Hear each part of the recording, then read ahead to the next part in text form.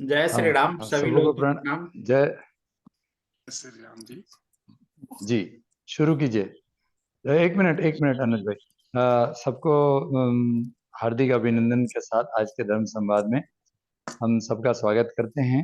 और आज हमारे जो एक प्रमुख वक्ता थे अनुज जी, तो अनुज जी को मैं अभी सुपुर्द करता हूं कि वो पिछले बार की जो वक्तव्य थी उसका एक थोड़ा सा सारांश बताते हुए और समाधान की तरफ थोड़ा बताकर हमारे आज के जो मुख्य वक्ता हैं डॉक्टर अशोक ठाकुर जी, जो मुनि इंटरनेशनल के फाउंडर प्रिंसिपल हैं, और उसमें उन्होंने किस प्रकार, क्योंकि पिछले बार हम परिवार को बचाने के लिए हमने जो वक्त बात रखा था कि एजुकेशन यानी कि बचपन से कैसे उसको संस्कार देते हुए हम शुरू करें, तो अशोक ठाकुर जी उसके एक एग्जाम्पल हैं कि मॉडर्न एजुकेशन के बीच में उन्होंने गुरुकुल स्थापित किया।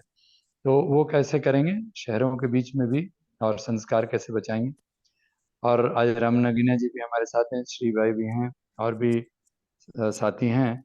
तो मैं अनुज जी, आपको मैं अभी होस्ट बना रहा हूँ ताकि आप अपना पीपीटी शेयर करते हुए और आप अपने ये करेंगे, आप उसको आगे बढ़ाएंगे, ठीक है ना? जी ठीक चलिए, है। नमस्कार। जय श्री राम। जय मैं श्री स्क्रीन राम। शेयर कर रहा हूँ।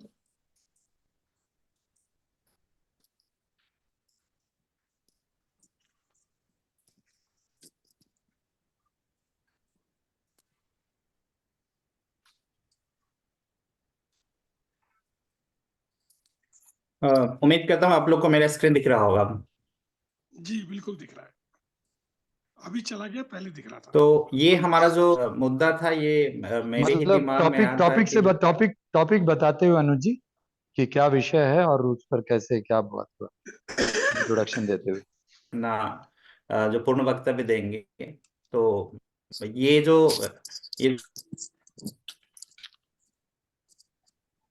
हमारा परिवार जो बिखरता जा में, इस पे हम चर्चा कर रहे हैं, या पिछले सत्र में भी हमने ये चर्चा किया था।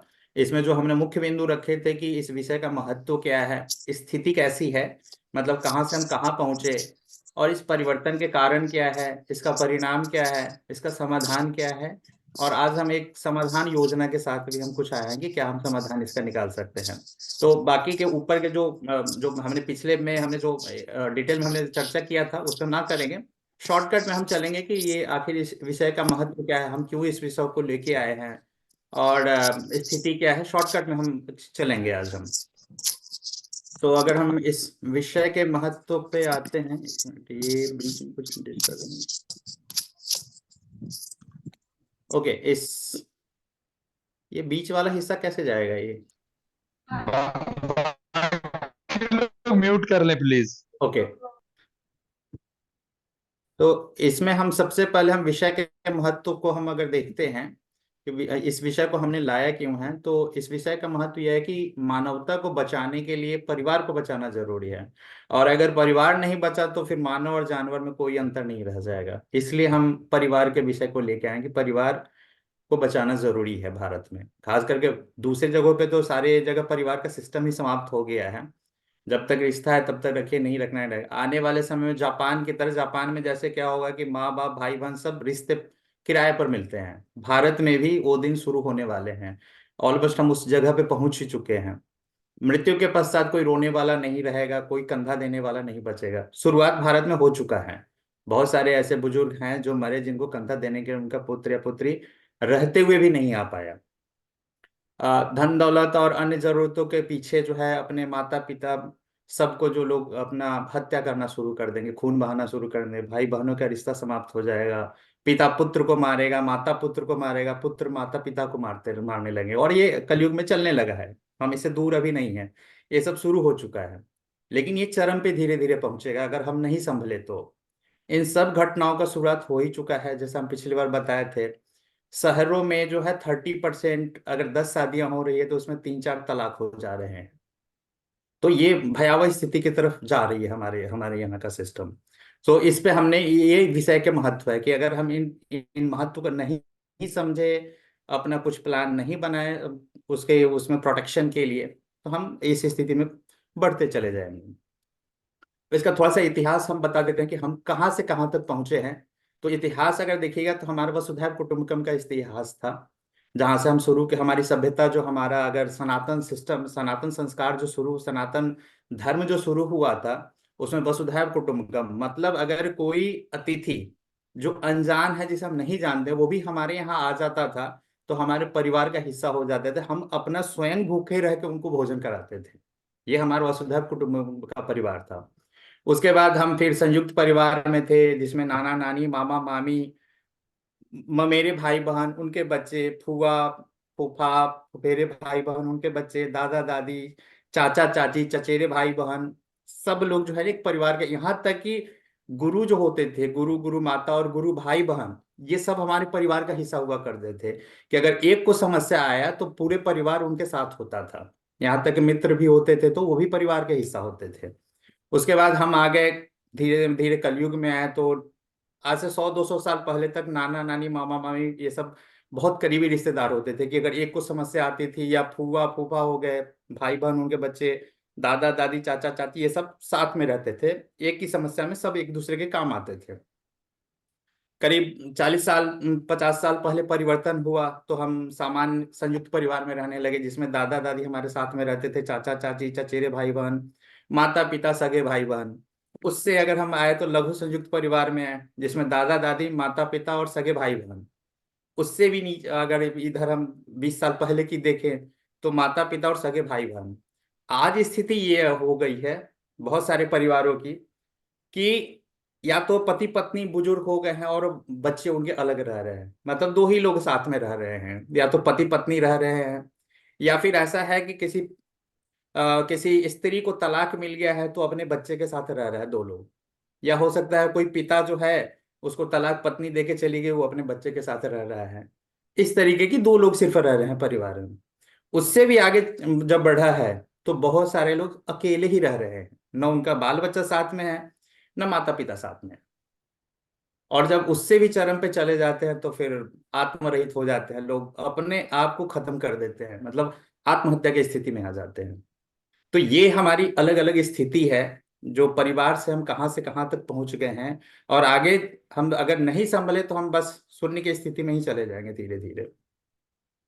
इन पे हमने किया था। फिर हम इस परिवर्तन के कुछ कारण हैं जिसपे धार्मिक ज्ञान जो है अब समाप्त हो गया है, कोई लोग इच्छुक नहीं है।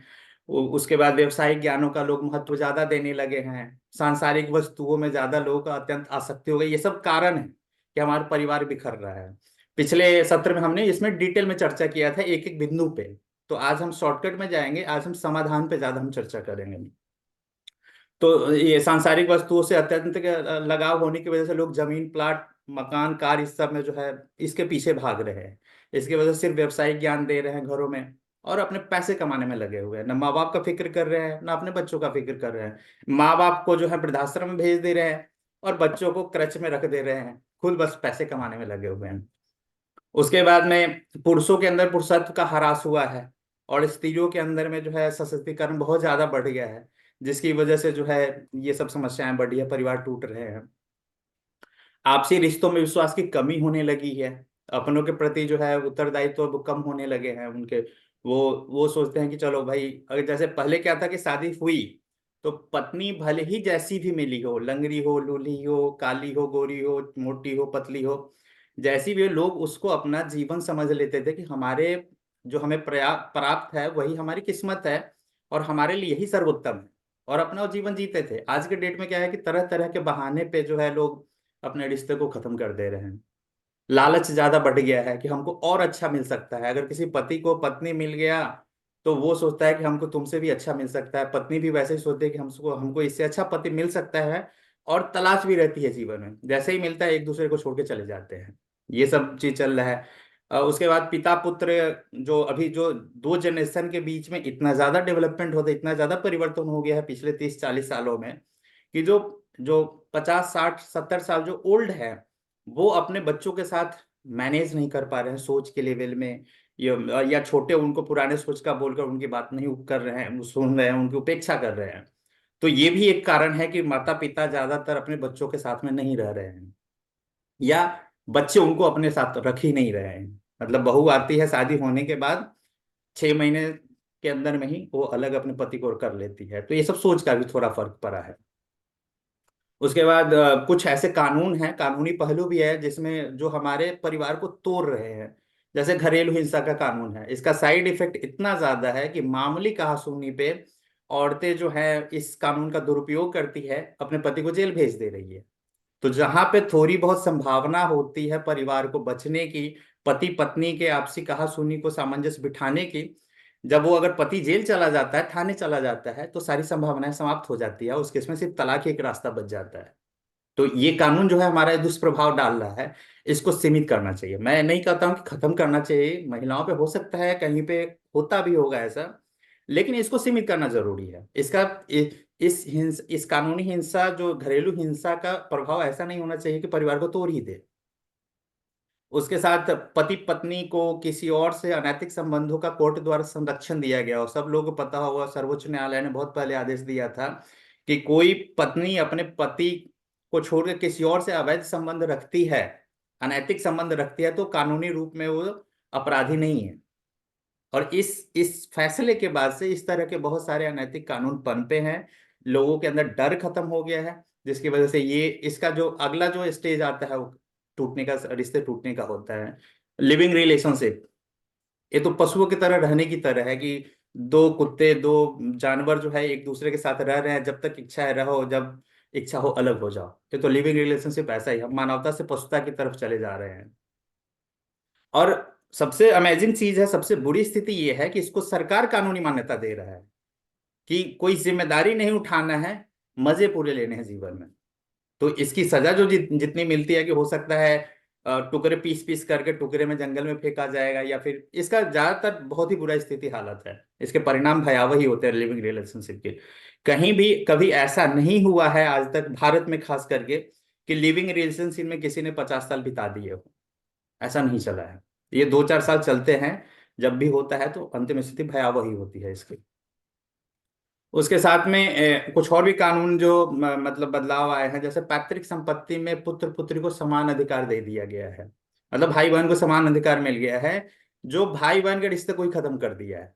अब गांव में तो फिर भी अभी नहीं ले रहे हैं, लेकिन शहरों में स्थिति ये है कि बहन अपना हिस्सा ले ले रही है। उसके केस में उसके बाद भाई जो है, भाई के लिए बहन बहन जिम्मेदारी नहीं बची है, बहन जो है बोझ बन गई है और एक हिस्सेदार बन गई है, जिसकी वजह से भाई बहन के रिश्ते ही खत्म होने लगे हैं अब आज के डेट में। यही अगर ये कानून अगर इसको इस तरीके से बनाता है तो किसी लड़की की शादी हुई तो उसका जो अधिकार होगा अपने पति के संपत्ति में समान रूप से आधा अधिकार दे दे। अगर कानून अगर ऐसा बन जाए तो कोई पुरुष अपने पत्नी को तलाक देने से पहले भी 10 बार सोचेगा कि मेरी संपत्ति आधी गई, तो उस केस में एक वो तलाक देना नहीं चाहेगा। प्लस ये रिश्ते भी बचे रहेंगे और भाई बहन का भी रिश्ता मधुर रहेगा। भाई अगर अपनी बहन को हिस्सेदार समझेगा तो उससे प्रेम नहीं होगा, उससे वैर ही रखेगा। और अगर भाई बहन के लिए अगर हिस्सेदार नहीं है तो उसके केस में हमेशा प्रेम बना रहेगा जो पहले होता था। तो ये कानून जो है इसका दुष्प्रभाव पड़ रहा है हमारे ऊपर। उसके बाद जो है हमारे यहाँ पे डाइवोर्स के जो कानून है उसका कोई स्पष्ट परिभाषा नहीं है कि किस केस में तलाक दिया जाना चाहिए, किस केस में नहीं दिया जाना चाहिए। ये इतने आसान है कि छोटे छोटे बहाने पर कोर्ट उनको तलाक दे रहा है। जैसे मान लीजिए शादी हुई और कोई ऐसा बात था, मान लीजिए कुछ बीमारी थी जो पता नहीं चला पहले, और बाद में उसको बीमारी होने लगी है, तो इस आधार पे कोर्ट उसको तलाक देने लगा है। तो ये सब यूजलेस फिजूल की बातें, फिजूल के बहानों पे अगर कोर्ट तलाक देता रहेगा तो परिवार बचेगा कहाँ। तो इन सब कानूनों को देखना चाहिए, ये सरकारी पहलू है जो कर सकते हैं। उसके साथ और भी कुछ जो मतलब कारण है, जैसे समान गुण और कार्य करने वाले स्त्री पुरुष के मध्य शादी होनी। मतलब अगर दोनों वर्किंग हैं तो उस केस में दोनों की डिपेंडेंसी एक दूसरे पर नहीं है।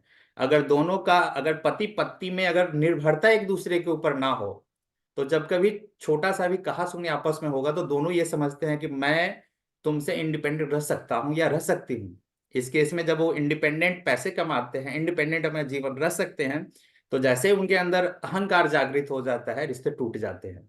लेकिन अगर यही जहां पे डिपेंडेंसी है, जहां पे पत्नी को ये लगे कि मैं अगर अलग हो जाऊंगा तो मैं अपना जीवन ढंग से नहीं जी सकती हूँ, मैं पैसे नहीं कमाते हुए या अपने पति के ऊपर निर्भर हूँ, तो वो तलाक से पहले, परिवार टूटने से पहले 10 बार सोचेगी। ऐसे ही पुरुष के केस में अगर उसे लगेगा कि मैं, पत्नी जो मेरे लिए काम करती है, मैं वो काम स्वयं के लिए नहीं कर सकता हूं, अगर ऐसे निर्भरता रहेगी, तो फिर वो तलाक से पहले 10 बार सोचेगा। तो वो कम हो जाएंगे अगर हम कुछ अ, अलग गुण वाले, मतलब स्त्री का जो गुण अलग हो, कार्य क्षेत्र अलग हो, पुरुष के कार्य क्षेत्र अलग हो, वहां पे शादी के बने रहने की संभावना बहुत ज्यादा होती है। उसके साथ हमारा प्रेम विवाह लव जिहाद जो आजकल चल रहा है, धोखे देकर, धर्म धर्म छुपाकर, या तरह तरीके से धोखे दे करके रिश्ते को बना के, और उसके बाद में जो है प्रताड़ना देना, या उसके बाद जो है ब्लैकमेल करना, ये सब जो है काफी सारे रिश्तों को तोड़ रहा है। अगर माता पिता की इच्छा के बगैर अगर कोई लड़की शादी करके कर ले रही है, लड़का शादी कर रहा है, तो वो भी रिश्ते को टूटने का परिणाम बन रहा है। साथ में महिला पुरुषों का, और महिलाओं का पुरुषों से, या पर पुरुष का स्त्री के साथ ज्यादा समय तक कार्य करना। आज का जो समय ऐसा है कि ऑफिस में लड़का लड़के स्त्री पुरुष साथ में काम कर रहे हैं, और जब वो 8 घंटे 10 घंटे 12 घंटे तक साथ में रहेंगे एक दूसरे के साथ संपर्क में, तो हो सकता है उनके बीच में जो आकर्षण बढ़ेगा, और आकर्षण बढ़ने पे स्वाभाविक है कि हो सकता है उनका रिश्ता भी बढ़े आगे। अनैतिक संबंधों को परिवर्तन दे रहे हैं आजकल, बहुत सारा जगह मिल रहा है। इस वजह से भी ये परिवार टूटते जा रहे हैं। अगर कोई औरत जो है देर रात को घर से आ रही है, तो पति उसका उस पर शक करने लगता है, जो स्वाभाविक है। और कई कई सारे केसेस में जब अनैतिक संबंध होते हैं, तो इस तरह का जो रूटीन परिवर्तन होना सामान्य हो जाता है। तो ये सब जो कुछ कारण है जो हमारे परिवार को तोड़ रहे हैं। इस तरह से और भी है कि जैसे युवतियों, शादीशुदा महिलाओं को संरक्षित संरक्षित रहित असमय उन्मुक्त विचरण। जैसे आजकल महिलाएं अपने आप को इतना आत्मनिर्भर समझने लगी हैं कि किस समय में उनको उन्मुक्त विचरण करना चाहिए और किस समय नहीं करना चाहिए वो पता ही नहीं है। जिसकी वजह से रात के 10 बजे 11 बजे अकेले चल रही है, उनके साथ दुर्घटनाएं हो रहा है। तो ये सब भी जो परिवार को तोड़ने का काम कर रहा है। साथ ही साथ एक महत्वपूर्ण जो है, हमारा जो खान लाइफ स्टाइल में जो परिवर्तन हुआ है, उसमें खान पान में मांस मदिरा का प्रचलन बढ़ा है। खास करके जो जितने कंपनीज वगैरह जो वर्क कल्चर आया है, उसमें वीकली मंथली या क्वार्टरली जो है पार्टियां चल रही है, उसमें मांस मदिरा का भरपूर सेवन हो रहा है। मांस मदिरा सिगरेट ये सब महिलाएं तक जो है खूब पी रही हैं, खूब कर रहे हैं। तो ये सब जो है हमारे मन को, शरीर को उत्तेजित करते हैं और प्रदूषित करते हैं हमारे मन को।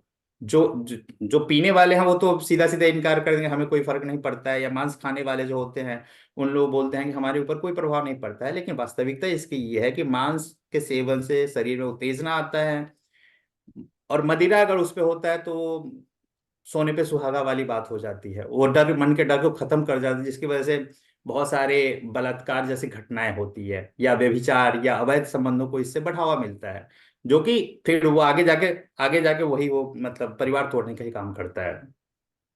परिधानों में जो बदलाव आया है, पहले ये स्त्री कुछ और पहनती थी, लड़कियां कुछ और पहनती थी, आज पहनावे में बदलाव आ गया है। तो ये सब भी जो है कहीं ना कहीं इनडायरेक्टली, डायरेक्टली तो नहीं लेकिन इनडायरेक्टली ये व्यभिचार को बढ़ा रहे हैं, और व्यभिचार जो है परिवार को तोड़ रहा है। उसके साथ जो हमारे जो आजकल के सिनेमा आ रहे हैं, ओटीटी सीरीज आ रहे हैं, सीरियल्स आ रहे हैं, इस समय भी जिस किसी सिनेमा में देखिए, ज्यादातर 99% सिनेमा में अवैध संबंध बनाए जा रहे हैं। उनको अच्छा दिखाया जा रहा है कि आजकल अगर मान लीजिए कि कोई शादीशुदा पुरुष को इन सीरियल्स वगैरह में ये है कि शादीशुदा पुरुष अगर अवैध संबंध नहीं रखता है तो वो बेवकूफ है। तो इस तरीके के अगर सिनेमा ओटीटी अगर शिक्षा देंगे, तो ये समाज इसी तरफ जाएगा। ये सब कुछ महत्वपूर्ण कारण थे। उसके बाद हमने परिणाम पे भी चर्चा किया था कि बुजुर्ग माँ बाप का देखरेख करने वाला या उनकी सेवा करने वाला कोई बचेगा नहीं।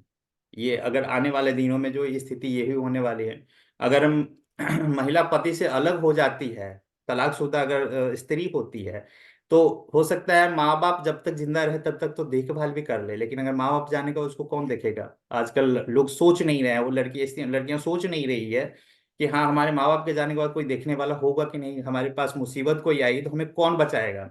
वो लोग सोच रहे हैं कि हमारे दोस्त बचा लेंगे। वास्तविकता यह है कि दोस्त भी आजकल सिर्फ मतलब के लिए ही बन रहे हैं। शादी नहीं करने और घर नहीं बसाने वाले महिलाओं के स्वतंत्र और उन्मुक्त जीवन जीने के लिए उनको सुरक्षा कोई भी देने वाला नहीं बचेगा। आजकल हम सुरक्षित, महिलाएं सुरक्षित इसलिए है कि उनका कोई पति है, उनका कोई भाई है, उनका कोई पुत्र है जो उन्हें संरक्षण दे सकता है। लेकिन जिस स्त्री का न पत्नी है, न भाई है, न पति है साथ में, उसको संरक्षण कोई भी नहीं देता है, और वो आसान शिकार बन जाती है अपराधियों के लिए। बिन ब्याहे महिला पुरुष के साथ लिविंग रिलेशनशिप रहने में विपरीत परिस्थिति में भी महिला को बचाने वाला कोई नहीं होता। जैसा कुछ केस हम लोग देखे भी होंगे, जो श्रद्धा केस जो दिल्ली का था, मेहरौली में जो पीस पीस करके जो जंगलों में फेंक दिया गया था, ये उसी का परिणाम था। क्योंकि वो जब लड़की सबसे रिश्ता तोड़ के लिविंग रिलेशनशिप में रहने जाती है, तो माँ बाप से भी संपर्क नहीं रखती है, अपने घर वालों से संपर्क नहीं रखती है, तो उनका संरक्षण कमजोर हो जाता है और उन्हें आसानी से शिकार बनाया जाता है। उसके बाद कुछ और परिणाम में है, जैसे तलाकशुदा स्त्री पुरुषों और बिन भाई जादव उनके युवतियों की संख्या समाज में जैसे जैसे बढ़ेगी, जैसे तलाक के रेट बढ़ रहे हैं, वैसे वैसे जितने भी अलग रहने वाले, जैसे अकेले रहने वाले ज्यादा उम्र के स्त्री और पुरुषों की संख्या जब बढ़ेगी, तो उस केस में व्यभिचार भी बढ़ेगा, अनैतिक संबंध बढ़ेंगे, हो सकता है वेश्यावृत्ति, अपहरण, बलात्कार, ये सब बढ़ेंगे। क्योंकि अगर वो अकेले स्त्री रहेगी तो काम काज करने बाहर निकलेगी, असमय बाहर आएगी जाएगी, तो और वो आसान शिकार हो सकती है, क्योंकि उनको प्रोटेक्शन नहीं है, उनको कोई सुरक्षा देने वाला नहीं है, अकेले रह रही है। तो ये सब प्रवृत्ति बढ़ती जाएगी। जैसे जैसे लोग रिश्तों के मुंह से दूर होते जाएंगे, अपनों के प्रति उनका प्यार और लगाव और कम होता जाएगा, माता का पुत्र के प्रति ममता समाप्त हो जाएगा। जैसे आजकल देख भी रहे होंगे, बहुत बड़ा केस आया था बेंगलोर में कि एक औरत जो है अपने बच्चे को, 4 साल के बच्चे को मार दी थी। तो ये आजकल तो सामान, आजकल हर रोज आप न्यूज़पेपर खोलिए तो कहीं पुत्र अपनी माता को मार रहा है, या पिता अपने पुत्र को मार रहा है, कोई अपने अपने अपने को मार रहे हैं आजकल। कहीं भी किसी भी दिन आप न्यूज खोलिए तो आपको इस तरह से अपराध के समाचार मिल जाएंगे आपको। सगे भाई या भाई बहनों में प्रेम समाप्त हो जाएगा, जो धीरे धीरे अभी हो भी रहा है, जो हमने बताया था वो कानून की वजह से या और भी कुछ वजह है आने लगे हैं। एक दूसरे का शोषण करने लगेंगे, विपरीत परिस्थितियों में धन लोभ में भाई भाई को मारने लगेगा, भाई बहन को मारने लगेगा। ये तो आजकल बहुत सामान्य सा दिखने लगा है, ये शुरू हो चुका है ये सब चीजें। माता पिता और पुत्र के बीच में रिश्ता इस तरह तक गिर जाएगा कि हर शहर और गांव में वृद्धाश्रम खुलने लगेंगे। क्योंकि आजकल तो वैसे भी ज्यादातर होने लगा है, आप शहरों में देखिएगा, ज्यादातर बच्चे माँ बाप के साथ नहीं रह रहे हैं शादी होने के बाद। तो ये हम इस स्थिति में पहुंच चुके हैं। और हम लोग अगर ये सोचते हैं कि वृद्धाश्रम में जाके रह लेंगे बुढ़ापे में, अरे एक बात सोचिए, जो अपने माँ बाप की सेवा नहीं कर सकता है, वो वृद्धाश्रम में दूसरे की सेवा करेगा? ऐसा नहीं है। वो सब एनजीओ जितने भी वृद्धाश्रम चला रहे हैं, ये सब उनका कारोबार है। जब तक उनको लाखों का दान मिलता है, तब तक वो दिखावे के लिए सेवा दिखा रहे हैं, लेकिन वास्तविकता में वो सेवा नहीं करते हैं। तो अपने ही आपको कर सकते हैं, अगर बच्चों में संस्कार लाए तो वही कर सकते हैं। उसके बाद समाधान में क्या है? समाधान में कुछ तो कानूनी बदलाव है, कुछ हम अपने लेवल पे कर सकते हैं, और उसके बाद हम समाधान के रोड मैप पे भी चर्चा करेंगे। समाधान में जैसे है, जो हमारे नैतिक जिम्मेदारियां हैं, अभी क्या है कि आप मानो तो ठीक, ना मानो तो ठीक, आपका कोई कुछ बिगाड़ने वाला नहीं है। लेकिन अगर इसी नैतिक जिम्मेदारियों को अगर कानून के दायरे में ला दिया जाए, जैसे मान लीजिए कि पुत्र है, वो कमा रहा है, लेकिन माता पिता का देखभाल नहीं कर रहा है, सेवा नहीं कर रहा है, पालन पोषण नहीं कर रहा है, अगर इसके लिए सजा का प्रावधान, स्पष्ट प्रावधान बना दिया जाए कि अगर पुत्र बालिग होने के बाद वो कमा रहा है, अगर माता पिता की देखभाल नहीं कर रहा है, तो उसको सजा दी जाएगी, आर्थिक दंड दिया जाएगा उसको। अगर आर्थिक दंड से भी प्रभाव नहीं पड़ता है तो उसको जेल भेजा जाए। अगर इस तरीके की सजा का प्रावधान होगा, तो पुत्र अपने आप अपनी माता पिता का सेवा करने लगेंगे।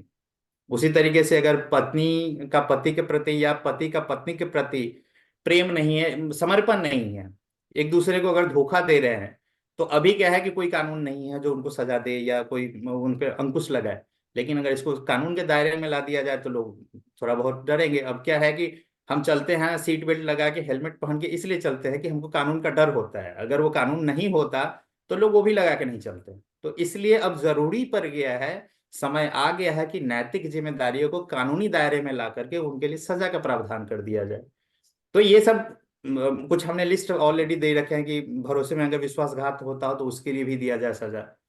सड़क दुर्घटना में घायल व्यक्ति अगर कोई है और हम जा रहे हैं और हम सोचते हैं कौन जा फट्टे में पड़ने के लिए, घर में जाओ, तो अगर हम ऐसा करेंगे तो हमारे साथ भी वैसा ही होगा। लेकिन अगर इसी को अगर कोई एक कुछ कानूनी दायरे में ला दिया जाए कि आपको अर्थदंड दिया जाएगा अगर आपने किसी हॉस्पिटल में किसी व्यक्ति जरूरतमंद को नहीं पहुंचाया, तो ये सब चीज जरूरी है कि इन चीजों पे हम ध्यान दें, कानूनी बदलाव लाए।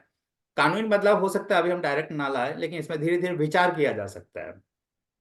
उसके बाद जो है वो घरेलू हिंसा में कुछ बदलाव लिया जाए, किया जाए कि इसको सामान्य परिस्थिति में प्रभावी ना करे, जैसे डांटने फटकारने में या अनैतिक आचरण करने से कोई रोक रहा है पति पत्नी को या पत्नी पति को, तो उस केस में, या मामूली कहासुनी हो रहा है, मान लीजिए कहासुनी हुआ, क्रोध में थप्पड़ लगा दिया, तो उस केस में घरेलू हिंसा कानून जैसे ही अगर अप्लाई होता है और अगर कोई थाने और जेल चला गया, तो उस केस में परिवार हमारा टूट रहा है। तो इस कानून को थोड़ा सा इस पे बैठ के इसको इस तरीके से बना जाए कि परिवार को तोड़ने का काम ना करे, ये जोड़ने का काम करे।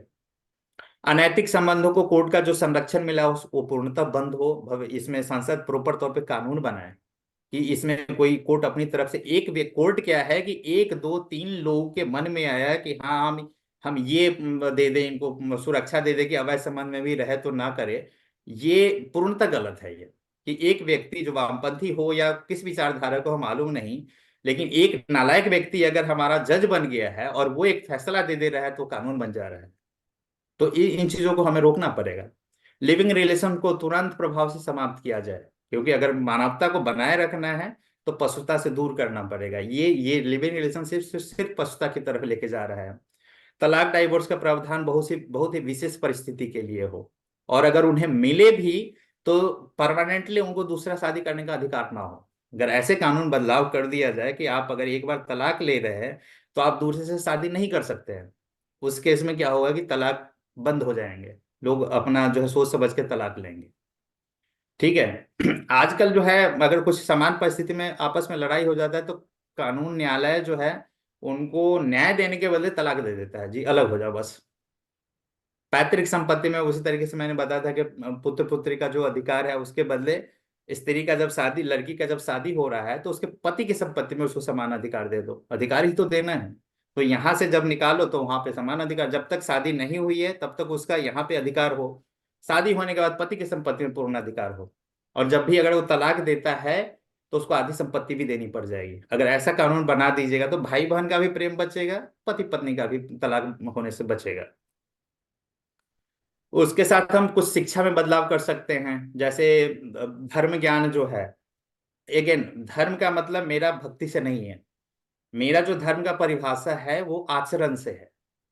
कुछ लोग कंफ्यूज हो जाते हैं कि धर्म को और भक्ति को एक मान लेते हैं। रामायण पढ़ाना एक चीज है और रामायण में पढ़ाए गए आचरण को सिखाना दूसरी चीज है। राम जी की सेवा करना, राम जी की पूजा करना वो भक्ति की श्रेणी में है, लेकिन राम जी के आदर्शों को सिखाना, उस आचरण पे चलना, वो हमारे धर्म का हिस्सा है। तो धर्म और भक्ति को हम सेपरेट करके हम बात कर रहे हैं। तो धर्म ज्ञान को जो है नैतिक शिक्षा के तौर पर विद्यालय के पाठ्यक्रम में पढ़ाया जाए। अभी क्या है कि वो हो सकता है छठी सातवीं के बाद ये चीजें बच्चों को पढ़ाई जाती है, लेकिन ये जो है शिक्षा में एक पाठ्यक्रम के तौर पे लाया जाए, ताकि जो हमारा जो सदाचार वाले जो है बचे रहे। सामान्य विद्यालय की जगह जो है अगर हम इसको धीरे धीरे परिवर्तन गुरुकुल में परिवर्तन करने के लिए जैसे हो, उस तरीके की शिक्षा व्यवस्था लाया जाए, और शिक्षक बच्चों के प्रति गुरु शिष्य जैसा समर्पित संबंध हो। अभी क्या होता है, व्यापारिक संबंध है। अभी पढ़ना है बच्चा तो पढ़े, नहीं पढ़ना है कोई बात नहीं, हमें तो फी चाहिए, हमारी सैलरी आती रहे, शिक्षक इससे मतलब रख रहा है। तो शिक्षकों को थोड़ा सा उस पर वो करना पड़ेगा हमें। शिक्षक का जब चयन करते हैं तो उनके सिर्फ व्यवसायिक ज्ञान का मूल्यांकन ना हो, उनका जो है धार्मिक ज्ञान, उनका आचरण कैसा है, वो बच्चों में कैसा परिवर्तन ला सकता है, इस पे भी फोकस हो लोगों का। टीचर, प्रोफेसर, साइंटिस्ट, डॉक्टर जितने भी ये सब हैं, इनकी पढ़ाई जो है मुफ्त की जाए। क्योंकि अगर जब कोई टीचर बनने के लिए या डॉक्टर बनने के लिए 50 लाख खर्च करके डॉक्टर बनेगा, तो उसका सबसे पहला एम जो होगा, लक्ष्य होगा कि 50 लाख खर्च किया तो 1 करोड़ पहले कमाए वो। और जब वो कमाएगा तो ये जो शिक्षक चिकित्सा जो है, या प्रोफेसर जो पढ़ाने वाला काम है, या साइंटिस्ट रिसर्च का काम है, ये वो अपना सेवा समझ के या अपना पैशन समझ के नहीं करेंगे, वो बिजनेस समझ के करेंगे। तो इसलिए अगर इस शिक्षा को जब मुफ्त में दी जाएगी, प्लस उनके साथ ये भी टर्म्स एंड कंडीशन हो कि आपको समाज सेवा के लिए ये मौका दिया जा रहा है, अगर आप नहीं करेंगे तो आपको सजा दी जाएगी। अभी क्या है कि डॉक्टरी की पढ़ाई करो, आप प्राइवेट अपना बिजनेस क्लिनिक खोल दो, अगर सरकारी डॉक्टर बन रहे हो तो ठीक है, कुछ लिमिटेशन है। अगर आप प्राइवेट डॉक्टर बन रहे हो तो आपके पास कोई लिमिटेशन नहीं है, आप मौत का कारोबार कर सकते हैं। आजकल यही हो रहा है, जितने भी प्राइवेट हॉस्पिटल्स हैं, अगर आप उसका सही रिपोर्ट देखिएगा तो वहां मौत का कारोबार हो रहा है। वहां पे उस बीमारी को, जो ऑपरेशन की जरूरत नहीं है, वो ऑपरेशन उनको किए जा रहे हैं इलाज के नाम पे। तो ये सब चीज एक बिजनेस बन चुका है, एक बिजनेस का बड़ा केंद्र जो है आपका स्कूल और हॉस्पिटल्स बन चुके हैं। युवाओं को जो, जब बच्चों को जो है उनको धर्म अधर्म, उनके पारिवारिक और सामाजिक कर्तव्य क्या है, उनके जीवन की मजबूती क्या है, लक्ष्य क्या है, कमजोरी क्या है, इस सब के बारे में उनको पढ़ाया जाए, ताकि वो एक कर्तव्यपरायण, निष्ठावान और धर्म के रास्ते पर चलने वाला व्यक्ति बने। कन्याओं को, जो लड़कियां हो रही है, उनको नारी संबंधी कर्तव्यों, आजकल क्या है, सिर्फ व्यवसायिक ज्ञान के पीछे डॉक्टर इंजीनियर बन जाओ, ये एमबीबीएस कर लो, ये फलाना बन लो, ये बनो, लेकिन उनको जो उनके कर्तव्य क्या है, उनको आगे जाके भविष्य में क्या चैलेंजेस आएंगे, उनको परिवार में कैसे मैनेज करना होगा, ये सब किसी को कुछ नहीं सिखाया जाता है। तो उन लोगों को जो है अपने कर्तव्य, अधिकार, उनका महत्व क्या है, उनकी मजबूती क्या है, कमजोरी क्या है, इस सब के बारे में प्रॉपर शिक्षा दी जाए। चाहे वो स्कूल में दे सकते हैं, घर में दे सकते हैं, मंदिरों में अगर आप जाते हैं, कथा वाचन में दे सकते हैं, जहां पे भी दे सकते हैं, जहां पे भी मौका मिले देना चाहिए, ताकि वो भविष्य में जब शादी होने के बाद अपने परिवार में सामंजस्य बिठा सके।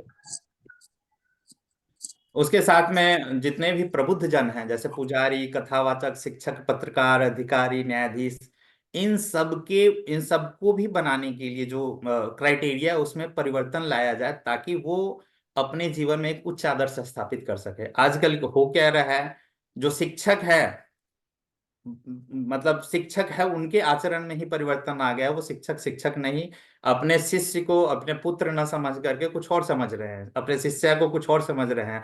आजकल प्रोफेसर जो है अपने पढ़ाने वाले बच्चों से शादी कर रहे हैं, तो क्या स्थिति होगी, कहाँ जाएगा जब समाज।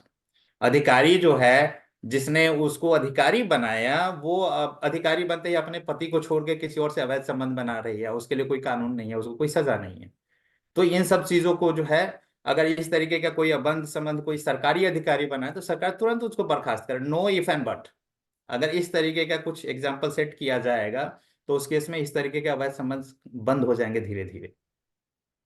बच्चों में सही व्यक्तित्व के विकास के लिए अपने स्वयं के आचरण में हमें परिवर्तन लाना पड़ेगा, क्योंकि बच्चे जो होते हैं वो आपके कहने पे नहीं चलते हैं, आप जो कर रहे होते हैं उससे सीखते हैं। अगर हम झूठ बोलेंगे तो उनके आचरण में हम कितना भी उनको समझाएंगे कि झूठ नहीं बोलना चाहिए, ऐसा नहीं होगा। अगर हमें बच्चों को सिखाना है कि झूठ नहीं बोलना चाहिए, सत्य का आचरण करना चाहिए, क्षमा, दया, साफ सफाई, अहिंसा, ये सब हमारे जीवन में होनी चाहिए, तो हमें उस आचरण को अपनाना पड़ेगा। अगर हम नहीं अपनाएंगे तो हम परिवर्तन की उम्मीद ना करें। तो हमें सबसे पहले स्वयं में परिवर्तन करना होगा, तब हम अपने परिवार या बच्चों को सिखा सकते हैं। हमें सुबह शाम खाली समय जब हमारे पास होता है, तो हम टीवी देखने बैठ जाते हैं या अपना समय व्यस्त किसी और काम में लगा देते हैं। पहले जो व्यवस्था थी कि हाँ, आपको शाम में मंदिर जाना या सुबह में मंदिर जाना, पूजा पाठ करना, भजन कीर्तन, सत्संग, योग, ध्यान, ये सब करना, ये इसलिए था कि जब हमारे पास खाली समय हो तो उसका हम सदुपयोग करें।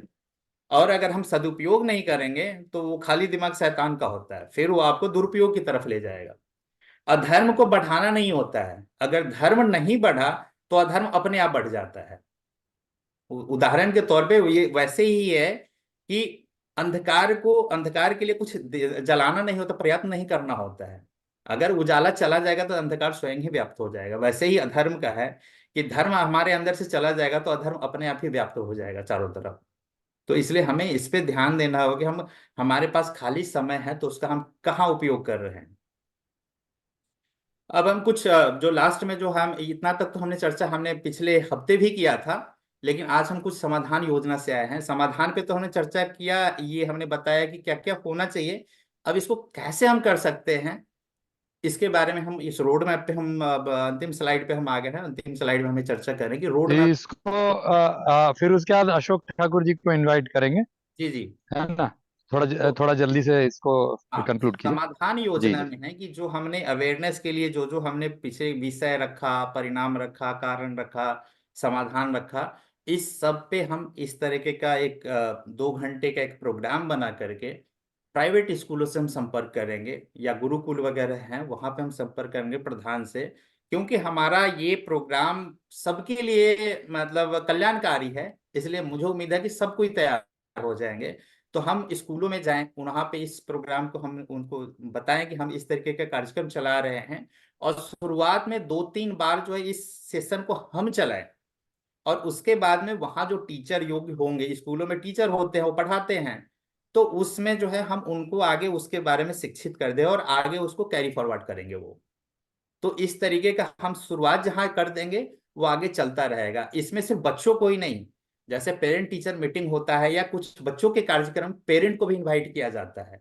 तो इस तरीके के कार्यक्रम में मान लीजिए कि एक स्कूल में 5,000 बच्चे, 5,000 बच्चे पढ़ रहे हैं, और अगर उनके पेरेंट को इंक्लूड करते हैं तो 10,000 हो जाते हैं। और 5 और 10,000, अगर 15,000 लोगों को आप शिक्षा दे रहे हैं इस तरीके का, हो सकता है हम साप्ताहिक रखें या मंथली रखें या क्वार्टरली रखें, तो इस तरीके का अवेयरनेस लाएंगे तो हम ज्यादा लोगों तक पहुंच सकते हैं। ये एक बहुत ही बेहतरीन प्रोग्राम हो सकता है हमारा अगर हम करें। और जब हम हैंड ओवर कर दें कि आप इसको कार्यक्रम को चलाइए, तो टाइम टू टाइम हम इसका मॉनिटरिंग भी करते रहें कि कार्यक्रम जहाँ जिस स्कूल में हमने सेट किया था वहाँ वो चल रहा है या नहीं चल रहा है, या कोई अड़चन तो नहीं आया है, और अड़चन आया तो फिर हम उसको वहां पे जाके हम उसको प्रोत्साहित करें चीजों को। उसी तरीके से जैसे स्कूल में हम कर सकते हैं, मंदिरों में जो है जहाँ पे लोग आते जाते हैं, साप्ताहिक कार्यक्रम या मासिक कार्यक्रम, वहां पे कथा वाचन भजन कीर्तन जहाँ पे हो रहा होता है निरंतर, उस जगह को हम टारगेट कर सकते हैं। वहां पे जो मंदिर के पुजारी होते हैं या जो कथावाचक होते हैं, उनसे हम बात करके इस प्रोग्राम के बारे में कि किस तरीके से आप परिवार को बचाने का शिक्षा दीजिए, लोगों में अवेयरनेस जागरूकता लाइए। इस तरीके के कार्यक्रम हम वहां भी कर सकते हैं। शुरू हमें 2-3 सेशन हमें खुद करना पड़ेगा। उसके बाद जो वहाँ के कथावाचक या पुजारी या जो भी होंगे उनको हम इस बारे में ट्रेन करके उनको ये काम सौंप सकते हैं। जो आजकल जो है बहुत सारा परिवर्तन यूट्यूबर्स कर रहे हैं, तो यूट्यूब पे बहुत सारे शिक्षक जो है शिक्षा दे रहे हैं, वो बहुत सारे कोचिंग चला रहे हैं। तो उनसे संपर्क करके उनसे हम एक आध प्रोग्राम इस तरीके का करवा सकते हैं, क्योंकि उनके बहुत बड़े लेवल पे व्यूअर होते हैं, मिलियंस ऑफ व्यूअर्स हैं। तो अगर वहां तक हम पहुंचते हैं तो हम ज्यादा लोगों को इस बारे में जागरूकता ला सकते हैं। हमारे जो जितने प्राइवेट कोचिंग संस्थान हैं उनके साथ मिल करके हम महीने में एक आध बार ये कार्यक्रम लाभ कर सकते हैं, और वो जब करेंगे तो फिर बच्चों के पेरेंट के साथ भी मिल करके हम ये कार्यक्रम को बढ़ा सकते हैं। इस तरह से हम ज्यादातर लोगों तक पहुंच सकते हैं। मान लीजिए स्कूलों में जो छूट गया वो कोचिंग संस्थानों में आ जाएंगे। और अगर संभव हो तो सरकार के साथ मिल करके, सरकार जिस तरह से साक्षरता मिशन अपने सरकारी स्कूल में चलाता है या गांव गांव तक पहुंचाता है, अगर हम अपने नेताओं अपने सरकार को ये हम इसमें कन्विंस कर सकते हैं, तो इस तरह के साक्षरता मिशन के जैसे इस कार्यक्रम को लॉन्च किया जाए। इसके साथ जो जितने ऑफिसेज हैं, प्राइवेट सरकारी ऑफिसेज है, वहाँ पे टॉप जो मैनेजमेंट है उससे हम संपर्क करके उन ऑफिसेज में भी जहाँ पे महिलाएं पुरुष काम कर रहे होते हैं दिन दिन रात, वहाँ पे भी हम महीने में या क्वार्टरली जो है इस तरह के प्रोग्राम को हम लोग चला सकते हैं। इस तरीके से हमारा उद्देश्य है कि इस जागरूकता को ज्यादा से ज्यादा लोगों तक पहुंचाना। और इस रोड मैप पे अगर हम काम करें तो हम इसमें हम बहुत ज्यादा सफल हो सकते हैं। मेरा ये जितना हमारा विषय था मेरा समाप्त हो गया। धन्यवाद आप लोगों का। अब मैं अशोक ठाकुर जी से कहूंगा कि आप इस पे प्रकाश डालें। अगर आपकी अपनी कुछ है विषय तो उसमें डाल सकते हैं, या इस विषय में जो हमने चर्चा किया उस पे आप चाहें तो कुछ करेक्शन कर सकते हैं, ऐड ऑन कर सकते हैं। अशोक ठाकुर जी। जी नमस्कार डॉक्टर साहब, आपने सारे विषय कवर किए, बहुत अच्छे कवर किए, और बहुत ज्यादा ऐड करने को, वैल्यू ऐड करने को नहीं है, परंतु कुछ बातें हैं जिनकी तरफ मैं आपका ध्यान आकर्षण कराना चाहता हूँ। तरह आपने विषय का महत्व, परिवर्तन के कारण, स्थिति, ये सब बातें डिस्कस करी। मैं एक स्कूल चलाता हूँ, जैसे कि हमारे सर ने बताया आपको कि, कि वो ये स्कूल संस्कार बेस्ड स्कूल है। तो ये स्कूल देश विदेश में बहुत जाना जाता है और इसके लिए मुझे बुलाया जाता है। मेरी आवाज ठीक आ रही होगी, मुझे उम्मीद है। जी जी, आवाज आपकी क्या क्लियर आ रही मेरी है। आवाज आ रही? जी जी, आपकी आवाज अच्छा। क्लियर आ रही है। आप चाहें तो अपना तो पिक्चर अगर ऑन मैं करना इन चाहें। कुछ काम, ठीक है जी, तो मैं इन कुछ कारणों पर थोड़ा सा और इसको बढ़ा करके बता सकता हूँ कि जैसे ये 1713 और 15 में जो ये हाँ मॉडर्न एजुकेशन है, इसकी नींव रखी गई थी किंग फेडरिक विलियम के द्वारा पर्सिया में। क्या चाहिए था? लाइक माइंडेड सिटीजन चाहिए थे, uniformity in thought work deed चाहिए थे, कि एम्प्लॉय और एम्पायर के ओबीडिएंट सर्वेंट चाहिए थे। शिक्षा का अर्थ फैक्ट्री के एम्प्लॉय बेस्ट लेवल में और एम्पायर के ओबीडिएंट सर्वेंट दो।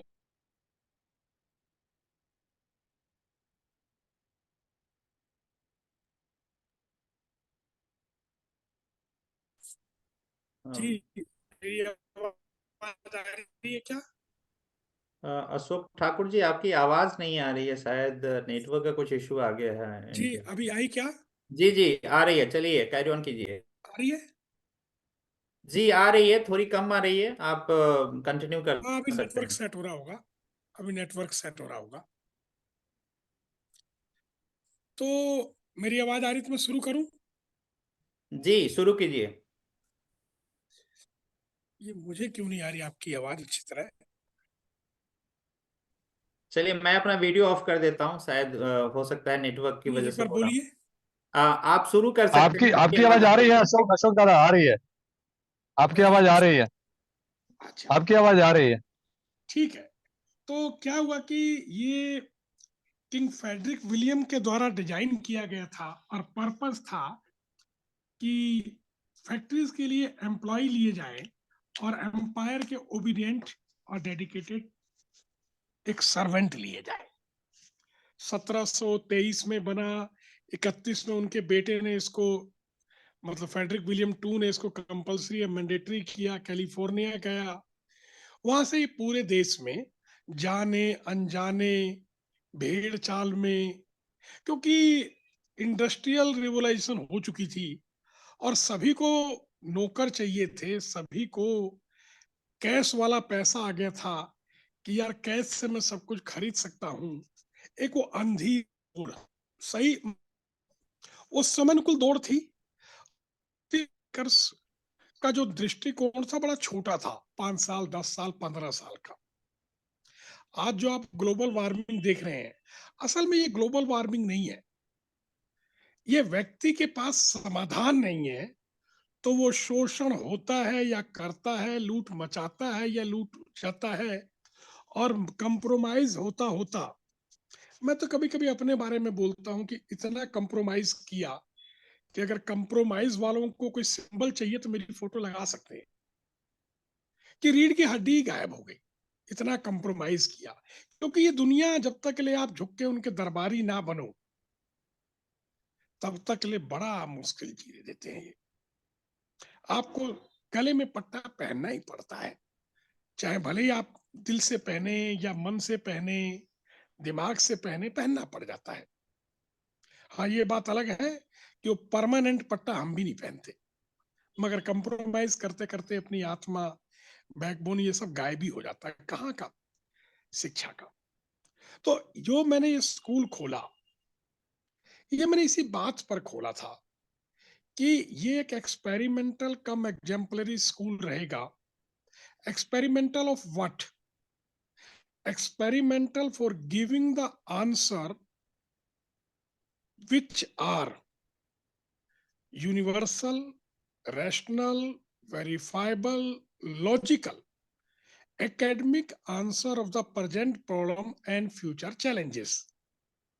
मतलब वो एकेडमिक आंसर देना जो यूनिवर्सल हो, जो रैशनल हो, जो लॉजिकल हो और जो वेरीफाइबल हो कहीं भी। वो एकेडमिक आंसर देना प्रेजेंट की प्रॉब्लम और फ्यूचर के चैलेंजेस का, और उसको एग्जाम्पल करना, बताना कि मैंने ऐसा दिया।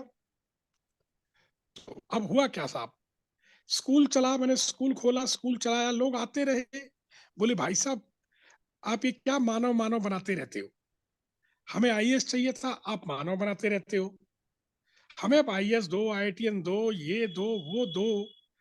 मैं उनसे कहता जी अभी ये बच्चा है और अभी इसके पनपने बनने में टाइम लगेगा, ऐसा ना हो कि ये स्किलफुल तो हो जाए मगर उतना ही डेंजरस भी हो जाए।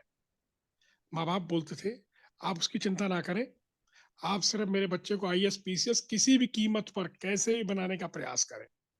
खैर, थोड़ा कंप्रोमाइज करते थे, थोड़ा सा डिप्लोमेट हो जाते थे, पूरी तरह कहना नहीं मानते थे। और मेरे को तो इस बात का थोड़ा गर्व होता है कि जो मैं करता था 14-15 साल से, 16 साल से, उसको अब संसार ने वर्ल्ड का न्यू लर्निंग ऑर्डर मान करके उसकी मतलब ऑथेंटिकेट करा है। पहले क्या होता था, इंफॉर्मेशन से स्किल, स्किल से नॉलेज, और नॉलेज से फिर वही प्राउड। जो मैंने आपसे कहा था कि ये ग्लोबल वार्मिंग नहीं है, एक आदमी की वार्मिंग है जिसका प्रभाव पूरे ग्लोब पे पड़ रहा है। एक हिटलर है, एक मुसोलिन है, एक कोई बदमाश है, एक कोई आदमी है, और 99% लोग बड़े अच्छे होते हैं। अगर 10% समाज में बुरे होते हैं तो इसका मतलब 10% नहीं है, 99 इनएक्टिव लोग हैं, जिसके कारण 10% की एक खरपतवार पनप रही है। देखिए, आदमी प्रयोग धर्मी है, आदमी प्रयोग करने से मानेगा नहीं। मैं जो सर की बात सुन रहा था कि बड़ी अच्छी बात उन्होंने कही भविष्य के खतरे के लिए, मगर आदमी प्रयोग धर्मी है। अगर मुंह से पेट नहीं भरेगा तो नाक से खाएगा, नाक से नहीं करेगा कान से खाएगा, प्रयोग धर्मी है। और उसी प्रयोग धर्मी के लिए उसके पास दो बड़ी ताकतें हैं, कल्पनाशीलता और कर्म स्वतंत्रता। अब इस कल्पनाशीलता की तृप्तता कहां होगी? इसकी तृप्ति होगी समाधान में। और जो कर्म स्वतंत्रता की तृप्ति कहां होगी? समृद्धि में। अब समाधान तो हो ही नहीं रहा। अगर हम बात करें मानव की, तो सिर्फ अगर पूरे विश्व की चार, ब्रह्मांड की चार अवस्थाएं में गिनूं, मटेरियल वर्ल्ड, प्लांट, एनिमल और ह्यूमन बीइंग में, तो पहली तीनों पूरी तरह से बिल्कुल डिजाइंड और कंप्लीट स्टेटस पे है। कोई बंदर आपको 50% बंदर नहीं मिलेगा, कोई गधा आपको 70% गधा नहीं मिलेगा। वो गधा है तो 100% गधा है। वो आम का पेड़ है तो 100% आम का पेड़ है। किस्म अलग अलग होगी, कलर भी अलग हो सकता है, स्वाद भी अलग होगा, होगा आम का ही पेड़। गधा हो सकता है बड़े वाला गधा हो या गुजरात वाला गधा हो, होगा गधा ही। तो वो अपनी स्थिति में पूर्णता के अर्थ पे है। बस ये इंसान है, मानव है, जो अपनी जर्नी अभी 10,000 या 50,000 साल से शुरू कर रखी होगी। और ये विका मतलब ये, वो कहते हैं चैतन्य की अपनी यात्रा पर है। मतलब जागृति क्रम से जागृति की ओर है, ये क्रमिक होगा। अब आता है कि करें क्या, क्योंकि आपका सवाल बड़ा अच्छा था कि फैमिली वैल्यूज। देखिए, पहले भी फैमिली वैल्यूज बहुत क्लियर, समाज बहुत बड़ा था। मैं इंग्लैंड गया तो उनकी गृह मंत्री ने मुझसे कहा कि अगर इंग्लैंड के एजुकेशन के लिए आप काम करें। मैंने कहा काम तो जब करूं जब समाज हो आपके पास। आपका देश आदमी औरत का देश है, समाज का देश नहीं है। अमेरिका जैसे देश, जहां 59% बच्चों को अपने बाप के बारे में नहीं मालूम कौन है, इसीलिए वो फादर डे मनाते हैं ताकि उनको पता लग जाए माई फादर इज हेनरी, ये जिंदा है। इसीलिए वो मदर डे मनाते हैं ताकि अपनी माँ से मिलाएं, क्योंकि माँ का सर्टिफिकेट। और हमने उनको कॉपी किया। वो एक नीना गुप्ता हीरोइन थी, उन्होंने इस बात को कॉपी कराया कि माँ का नाम रखा जाए, ये करा जाए। चलिए, समय, क्योंकि संसार में सभी देश एक दूसरे की कॉपी कर करके पेपरों को लिख रहे हैं। जो आपने कहा कानून की जो दिक्कतें हैं, हमें तो अपने पर काम करना है और समाधान पे काम करना है। देखिए, यदि कोई भी परिवार जो अब तक चल रहे थे, वो आहार विहार अलंकार और विचार पे चलेंगे तो टूटना निश्चित है। वो आज टूटे या कल टूटे। मैं रिपीट कर देता हूँ लाइन को। यदि कोई परिवार आहार विहार अलंकार या विचार पे चल रहे हैं तो उनका टूटना निश्चित है, क्योंकि ये सारा सामान मार्केट में फाइनेंस पे आ गया है। आहार भी घर पे टिफिन आ जाता है, और बिहार भी आजकल डीडीए फ्लैट है, पूरी फैसिलिटी के साथ मिलते हैं अगर आप कमाते हैं तो। और अलंकार, मैं ठाकुर हूं तो मेरा बेटा कौन सा कम ठाकुर है, वो भी ठाकुर है। और विचार तो कोई लंबे समय तक का है ही नहीं, वो तो बहुत छोटे का है। अगर इन पर कोई परिवार टूटना बना हुआ है तो उसको टूटना निश्चित है। परंतु परंतु ये परिवार यदि व्यवहार पर बना हुआ है, ये मानवतापूर्ण आचरण पे बना हुआ है, ये भौतिक समृद्धि और बौद्धिक समाधान पे बना हुआ है, तो निश्चित मानिए टूटना बहुत मुश्किल है। जरूरतें जरूर डिफर होंगी। और मैं इसका एग्जाम्पल हूँ, मैं अपने पोता पोती के साथ रहता हूँ, एक ही किचन है, हम भौतिक समृद्धि और बौद्धिक समाधान के लिए काम करते हैं। यदि मैं ये सोचूं कि मैं पैसे दे के बच्चों को अपनी तरफ कर लूंगा, तो तब तक ले ही मेरे काबू रहेंगे जब तक ले वो पैसे उनकी नीड है। उसके बाद वो कहेंगे धन्यवाद पापा, मेरे पैसे कम डेफिनेटली हो जाएंगे और उनकी इनकम बढ़ेगी बढ़ेगी। वो कह देंगे ठीक है, आपके पैसे की अब जरूरत नहीं है, हम आजाद हैं, और मेरी सारी बातें, मेरी सारी डांट, मेरी सारी शिक्षा, वो मेरे पहाड़ बन जाएगी। और वो उसका बदला लेने के लिए सबसे नजदीक की चीज मैं ही होऊंगा, चाहे वो वृद्धाश्रम में हो जाए या कहीं छोड़ दिए जाए या कहीं कहीं जो भी आपने कहा वो घटनाएं होंगी। अब क्योंकि परिवार है क्या, परिवार एक सीमित लोगों का, जन्म संबंध से सीमित लोगों का एक दायरा है, जिसमें प्रत्येक व्यक्ति को मानवतापूर्ण आचरण करना चाहिए, संबंध और मूल्य को समझना चाहिए, और भौतिक समृद्धि और बौद्धिक समाधान के लिए पूरक बनना पड़ेगा। अगर किसी का पिता उसके बेटे की किसी भी प्रॉब्लम के लिए पूरक बनता है, अपनी उपयोगिता सिद्ध करता है, जो उसने अपने जीवन में अनुभव में कमाई है, तो यकीन मानिए वो बेटा कभी भी सिंघानिया ग्रुप की तरह नहीं बनेगा। मगर आपने कमाया नहीं, लोगों की कमजोरी से फायदा उठाया है, आपने लोगों अपॉर्चुनिटी का फायदा उठाया है, आपने कमी होने का फायदा उठाया, तो निश्चित मानिए यही कमी से आपका बेटा भी आपको कवर कर लेगा, और वो भी ऐसे ही करेगा। पहले आपने उसको हॉस्टल भेजा, वो आपको वृद्धाश्रम भेजेगा। तो मैं वापस चलता हूँ, मैंने शिक्षा में कैसे किया, बहुत जल्दी, क्योंकि बहुत समय हो गया, 9:16 हो गया, लगता है हमारा दूसरा 40 मिनट का भी खत्म हो जाएगा। तो मैंने अपने में क्या किया कि जो नया लर्निंग ऑर्डर मैंने आपको बताया था, कि उसमें पहले क्या था, इंफॉर्मेशन के ऊपर एटीट्यूड, और उसके ऊपर यूनिवर्सल ह्यूमन वैल्यू, उसके बाद स्किल, और उसके बाद नॉलेज। ये यूएनओ का भी है कि जो एटीट्यूड है वो है लर्न टू नो, फिर यूनिवर्सल ह्यूमन वैल्यू है लर्न टू डू, फिर लर्न टू बी, और फिर उसके बाद जो स्किल है लर्न टू डू, और चौथा जो है knowledge, learn to live together. ये मैंने सभी पैमाने पे फिट करके देखा, बिल्कुल सही था, और मैंने इसी पर अपना स्कूल स्टार्ट कर रखा है। 16-17 साल तो मुझे 100% मुझे दिखाई देता है, और ये 2002 एक अप्रैल को खोला। आप यकीन नहीं मानेंगे कि इसका प्रमाण ये है, मेरे स्कूल का बिजली बिल बहुत कम आता है, मेरी और कंजम्पशन बहुत ही कम होती है। क्यों?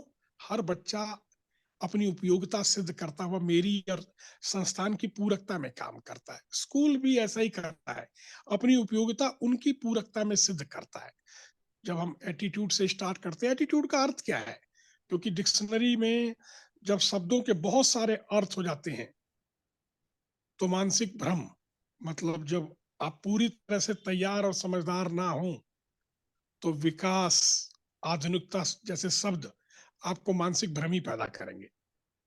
तो एटीट्यूड में लोग बोलते हैं नेगेटिव एटीट्यूड, पॉजिटिव एटीट्यूड। अरे भाई, एक ही तरह का होता है, इसको आप दो जगह ना ले जाए। तो एटीट्यूड में क्या है कि भाई, सबसे पहले कि मैं ही जिम्मेदार हूं, कोई नेगेटिविटी नहीं होती, negativity means absence of positivity. तीसरा, हर प्रॉब्लम मेरे टैलेंट और हिडन पोटेंशियल का टेस्ट है। चौथा ग्रेटिट्यूड, पांचवा संयम, छठा संकल्प। ये हम केजी यूकेजी के बच्चों से करते हैं, बच्चों को इसमें पारंगत करते हैं, डिफरेंट कहानियां सुनाते हैं, क्योंकि बच्चे कहानी सुनना चाहते हैं। और जो टीचरों की आपने बात कही, सच में आज टीचर नहीं है, आचार्य नहीं है, वो नॉलेज लेबरर हैं, वो नॉलेज लेबरर हैं, ज्ञान श्रमिक हैं। उन्होंने 4 चीजें याद कर रखी, इसीलिए तो साइंस ने उनको रिप्लेस करने का प्लान किया। क्योंकि जो टीचर जानता है उससे ज्यादा एआई जानता है, उससे ज्यादा सर्च इंजन जानते हैं, बहुत सारे जो बन चुके हैं वो जानते हैं। तो अब टीचर को खतरा लगता है कि यार मुझे रिप्लेस होना ही है। अगर आप गुरु नहीं बनेंगे तो आपको रिप्लेस कोई ना कोई मशीन करने को इंतजार कर रही है। हाँ, गुरु को रिप्लेस कोई नहीं कर सकता, जो कंधे पे हाथ रख के कहे चिंता ना कर, मैं हूं ना तेरे पीछे। तो गुरु की परिभाषा है कि फैसिलिटेटर, मोटिवेटर, सुपरवाइजर और partner in the possibility of बच्चे के रहे तो काम करता है। आप बच्चे को सब्जेक्ट की मास्टरी कर रहे हो, हम उसको क्यों करें इसकी मास्टरी करते हैं। मैंने इस बात को देखा है, आजमाया है, बच्चों के बिहेवियर में जांच करते हैं, इम्पैक्ट में देखते हैं, पेरेंट्स बहुत खुश होता है। उसको लगता है कि और स्कूलों के मुकाबले इनकी स्पीड स्लो है, मगर मैं कहता हूँ हमारी दौड़ बड़ी है, हमारी स्पीड स्लो नहीं है।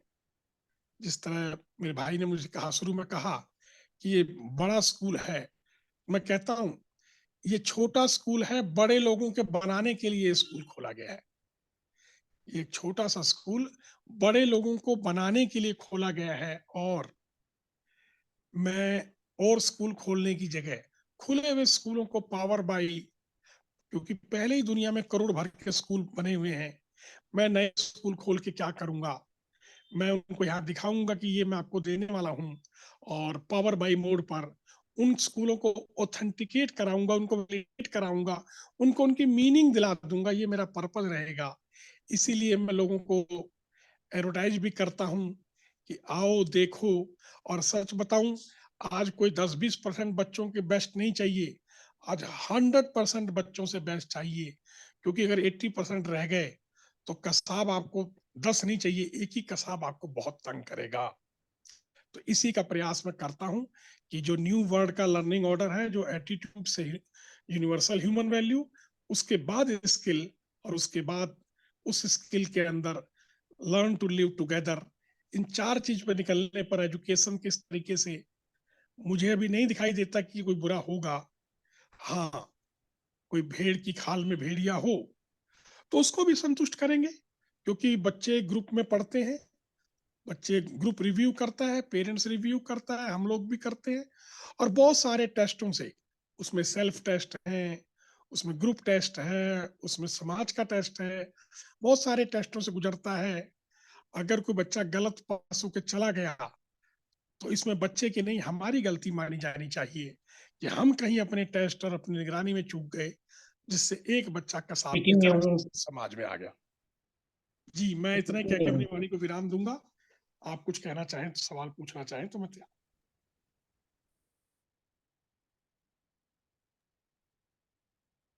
आप अपने गुरुकुल स्कूल जो चलाते हैं उसका थोड़ा इंट्रोडक्शन दे दीजिए कि कहाँ पे है, कैसे है, क्या चलता है। मैं भी अपने बच्चे के लिए मैं गुरुकुल की तलाश में हूँ। मैं अभी तो नोएडा दिल्ली अच्छा, एनसीआर। एक मिनट। डॉक्टर अशोक जी, वो आप इसको थोड़ा सा और बोलिए कि how it is this education is going to help in making the integration of the family system। जो आपका रिसर्च है कि अल्टीमेटली ये कैसे इसको हम लोग फैमिली को अच्छी परिवार बनाने में काम आएगा, और कल को ये भविष्य किस तरह से एक मॉडल के रूप में खड़ा होगा, इसमें थोड़ा और 2 मिनट प्रकाश डालिए। अच्छा अच्छा, ठीक है जी, ठीक है। जी जी जी जी जी। देखिए, और आपका वीडियो वीडियो ऑन नहीं हो पा रहा है क्या? कर देता हूँ ना मैं, क्योंकि मैंने कहा लोड ना हाँ तो पड़े उतनी देर। इसलिए नहीं वीडियो नहीं बंद कर। नहीं, वीडियो रहेगा तो अगर अगर देखिए नेटवर्क गड़बड़ होगा तो बंद कर लीजिएगा। ठीक है ना, ठीक है ना, बिल्कुल तैयार हूँ। ठीक, प्लीज कंटिन्यू। तो देखिए, जी, और ये अनुज जी का जो प्रश्न है उसका भी उत्तर दे दीजिए। हाँ, जी, और इसके बाद तो हमारे राम नगीना जी बोलेंगे। जी। जी, देखिए, आज बच्चा हर चीज की उपयोगिता पूछता है। आप उपयोगी बताइए मेरे कैसे हैं। बच्चों को लगता है कि माता पिता ने अपने आनंद के लिए मुझे पैदा किया, या अपनी जरूरत के लिए मुझे पैदा किया। हमारे यहाँ इसके हम एक छोटा सा कोर्स चलाते हैं। हम कहते हैं इस शरीर को, आपके शरीर को बनाने में आपका योगदान बताइए। आप माता पिता के द्वारा, आपको ये शरीर दिया गया है चलाने के लिए, और they have the right to ask anything. आपके पास नहीं है। जब आप शरीर बनाइएगा तो आप उससे पूछ लीजिएगा कि भाई मैंने तेरा क्या करना है। नहीं तो ये शरीर रोक देने का हमारे पास पूरी पावर थी। जो अब तक ले बच्चे समझते हैं कि भाई नहीं, हम तो सिर्फ तुमने पैदा किए, तुमने पैदा किए। नहीं बेटा, ये शरीर हमने तुम्हें दिया है नियमों के हिसाब से चलाने के लिए। तो थोड़ी ठोस बातें होती है। अब आता है घर एक पाठशाला। असल में एक बहुत बड़ा ड्रॉबैक क्या है कि माता पिता और बच्चों में बातें ही नहीं होती। तो क्या होता है, कोई अनुभवहीन बच्चा उसका दोस्त बन जाता है, और वो दोस्त बन करके, दोस्त की परिभाषा आजकल यही है कि मेरी गंदगी तू समेट ले, तेरी गंदगी मैं समेट लूं। वो अनुभवहीन बच्चा, जिसके पास कोई जिम्मेदारी नहीं है आपकी, जिसका कोई नैतिक कर्तव्य नहीं बनता, मतलब ड्यूटी तो बहुत बड़ी उसकी, मगर उसको कोई लेना देना ही नहीं है, उसको अपने से ही लेना देना नहीं है, आप तो बहुत दूर की बात है। तो क्या होता है कि माता पिता के बीच संवाद ही नहीं है बच्चों के साथ। तो हमने क्या करा, घर एक पाठशाला करके कार्यक्रम चला रखा है। कोई साल भर से क्लोज हो गया वो कार्यक्रम, अगले साल अप्रैल से फिर शुरू होगा। उसमें क्या होता है कि हम बच्चों को कहते हैं कि कोई ट्यूशन माँ बाप नहीं पढ़ाएंगे, क्योंकि मैंने पढ़ाया पी से पैरेट, आपने पढ़ाया पी से पपाया ट्यूशन वाले ने, और संडे को पिताजी खाली थे, पिताजी ने पूछा पी से क्या होगा बेटा। अब बच्चा सोच रहा है ट्यूशन वाले का बताऊं स्कूल वाले का बताऊं, तब तक ले आप लगे पीटने। पी से होता है पागल तू, और लगाओ फोन प्रिंसिपल को, ट्यूशन वाले को, इसको उसको। बच्चे ने सोचा नया टीचर और आ गया, लो भाई। अब वो बागी हो गया, बोले ठीक है कर लो, मेरे को जरूरत ही नहीं ज्यादा। तो हमने कहा नहीं, आप कोई ट्यूशन में पढ़ाइए। कोई अगर ट्यूशन टीचर 10 बच्चे ही पढ़ाता तो आपके घर में, आपके बच्चे के हिस्से में 6 मिनट आएंगे, और वो क्या करेगा, होमवर्क करवा देगा, इसके अलावा नहीं करा सकता वो। करना क्या है, जब ये घर आए, प्यार करिए, हक करिए, मतलब इसको गले लगाइए खूब, उसको करिए। बच्चा ही बोलता है मम्मी थैंक यू, आपने मेरे लिए इतना सब कुछ किया, मेरे लिए खाना बनाया। शाम को पिता आते हैं, उनको कहता है थैंक यू पापा, आपने हम सबके लिए रात इतने दिन पूरे मेहनत करी। पिता का भी सीना चौड़ा होता है। कुछ इस तरह की बातें हैं। फिर क्या किया, माता को बोला कि आप बच्चों को हक करिए, प्यार से खाना खिलाइए, आधा घंटा सुला दीजिए, रेस्ट करने दीजिए। 3:30 3:30 को उठाइए, आराम से बैठ करके चाय जो भी आप करते हैं करिए, और उनसे ये बोलिए कि बेटा आज जो पढ़े थे मुझे पढ़ाओ। क्योंकि लर्निंग पिरामिड जो है वो ये कहता है, when you teach others you learn better than anyone. 90% सीख जाते हैं इस पद्धति को, क्योंकि हमारे स्कूल में बच्चे ही बच्चों को पढ़ाते हैं, ग्रुप ही बच्चों को पढ़ाता है, टीचर पढ़ाता ही नहीं है। तो होता क्या है कि ये माहौल घर पे नहीं मिलता। अब होता क्या है कि बच्चा जब अपनी माँ को बताता है, हम माँ से कहते हैं कि आप सीखें, आप खूब पढ़ी लिखी हैं, तो कोशिश करें छोटे छोटे चैलेंज खड़े करें। अगर आप बिल्कुल पढ़ी लिखी नहीं है फिर तो बहुत ही अच्छी बात है, फिर आप सीखने का पूरा कार्य करें, बच्चा क्या सीख के आया है। और फिर क्या करें, 2-3 दिन बाद चैलेंज खड़ा करना शुरू करें। 2 दिन 3 दिन बाद छोटे छोटे चैलेंज खड़े करें। बच्चा बड़ी कॉपी से छोटी कॉपी, रफ कॉपी से फेयर कॉपी की जगह ये दिमाग से वार्तालाप, क्योंकि लोग बातचीत से सीखते हैं, इस पे उपनिषद लिखे गए। तो बच्चे क्या करें, माँ बाप, माँ क्या करे कि बच्चे से कहे बेटा क्या सीख के आए हो बताओ, छोटे छोटे चैलेंज खड़े करें। और 15 दिन बाद, 20 दिन बाद एक दिन ऐसा चैलेंज खड़ा करे जिसमें उसकी हार निश्चित हो माँ बाप की। और जैसे ही वो चैलेंज बच्चा जीत जाए, माँ उस हार को सेलिब्रेट करे, माँ उस हार को सेलिब्रेट करे, अपने पति को फोन करे, सास ससुर को फोन करे, अपने माँ बाप को फोन करे, मामा चाचा को फोन करे, कि सब बच्चों को बताएं वाह आज तुमने चैलेंज निपटा दिया, बहुत शानदार। क्या होता है, आपके बच्चे से ही जीतने की आदत पड़नी चाहिए। जीतना एक आदत होती है। मैं 9 साल हो गए दिल्ली एनसीआर इंडिया 1 आते हुए, जीतना मेरी आदत है। मैं सेना में था, मैं शायद ही किसी चीज में हारा हूं, मुझे याद ही नहीं, मुझे याद ही नहीं मैं हारा हूं। नंबर 1 और 2 के लिए ही मैं अफसर सिलेक्शन में नंबर 1 और 2 आया था। मैं सिर्फ जीत के लिए पैदा हुआ था, जीतना मेरी आदत थी। ये आदत बना दीजिए, क्योंकि मैंने कहा था कि बौद्धिक समाधान से परिवार जुड़ते हैं, भौतिक समृद्धि और बौद्धिक समाधान हो। अब जैसे ही वो बच्चा पहली बार हो सकता है यकीन ना करे, क्योंकि उसके जीतने की आदत बनाने के लिए किसी को तो हारना पड़ेगा। और ट्यूशन वाला और स्कूल वाला क्यों हारेगा भाई, उसके माँ बाप ही हारेंगे, चाहे वो डिप्लोमेटिक हो या एक्टिंग हो। अब धीरे धीरे 2 4 6 महीने में बच्चे और आपके बीच में एक बहुत गहरा संबंध बन जाता है, जिससे बच्चा माता पिता की वैल्यू करता है। और माता पिता को बुला करके हम ट्रेंड करते हैं कि कोई हेलीकॉप्टर पेरेंटिंग ना करें, कोई एक्सपेक्टेशन की पेरेंटिंग ना करें, कोई इस तरह का कार्य ना करें। क्योंकि बच्चा आंख कान से नहीं सुनता, आंख से सुनता है। वो आपका व्यवहार देखता है, आपको उसने चूज किया है, वो आपको देखता है, उसका रिस्पॉन्ड करता है। क्योंकि परिवार का अर्थ है हमेशा कंधे पे हाथ रहे, जो वसुदेव कुटुंबकम सर ने कहा था। इसका मतलब देना होता है, हमेशा हमेशा आपको देना है, लेना नहीं है। लेना तो अपने व्यक्तिगत तरीके से कर लेना है समाज से, देना है, समाज को देना है।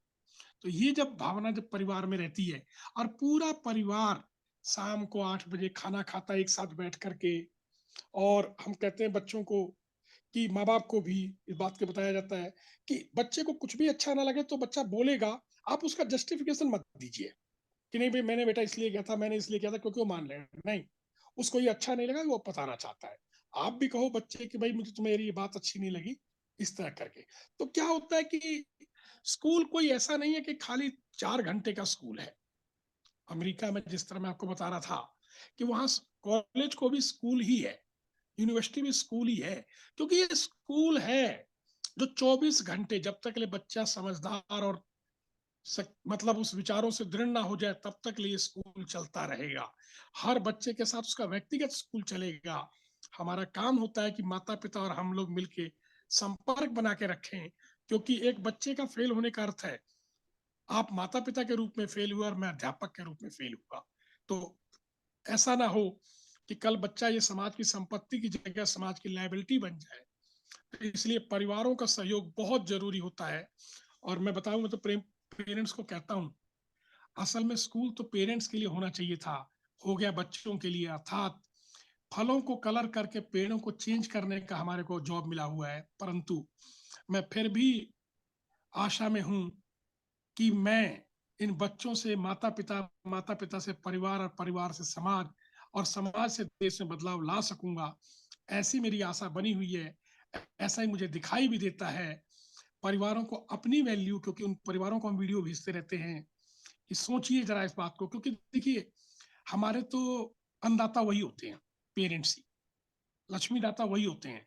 हम उनसे एक लिमिट तक की बात कर सकते हैं, हम उनको उदाहरण देते हैं, समझाते हैं कि आप चाहते तो हो, चाहत के रूप में तो आप कम नहीं हो, करने के रूप में कम पड़ जाते हो। समझाते हैं धीरे धीरे, कभी प्यार से, कभी बड़े होने के कारण डांट के, इस तरीके से।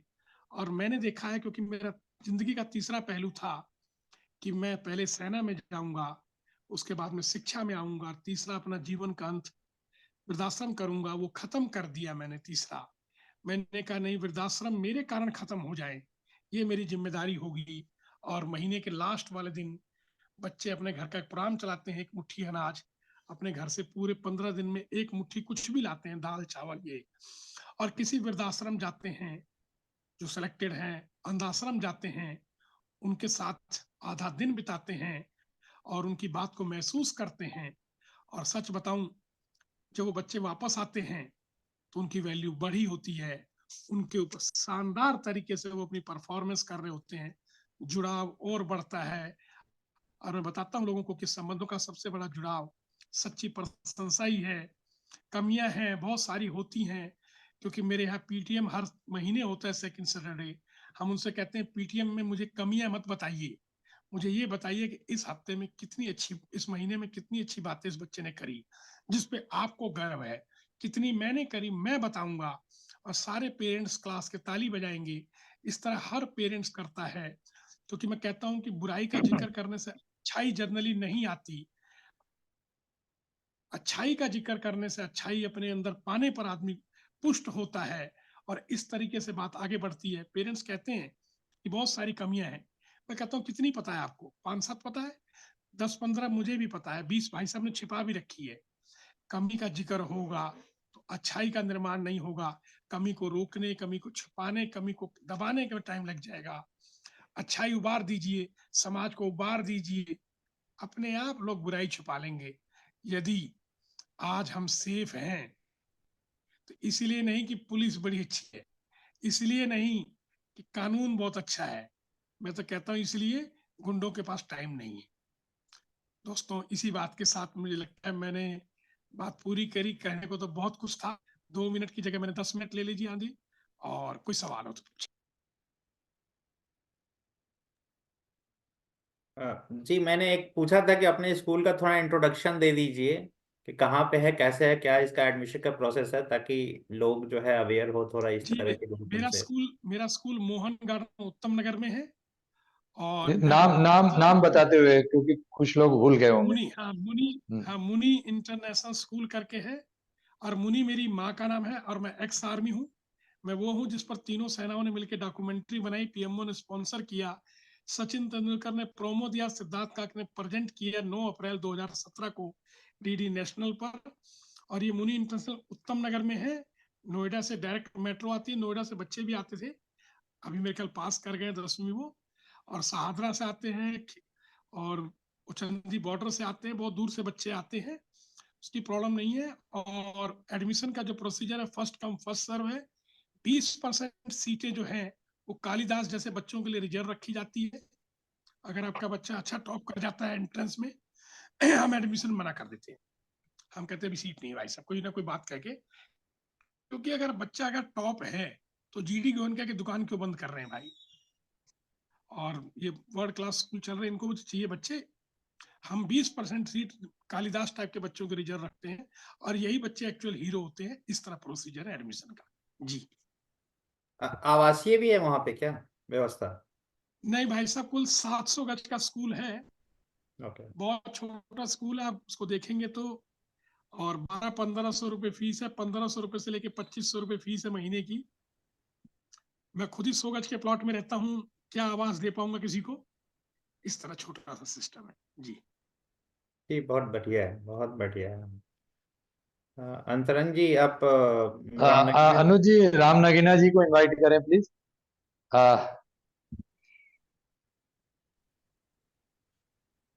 जी आदरणीय अंतरंग जी, अशोक ठाकुर जी, अनुज जी,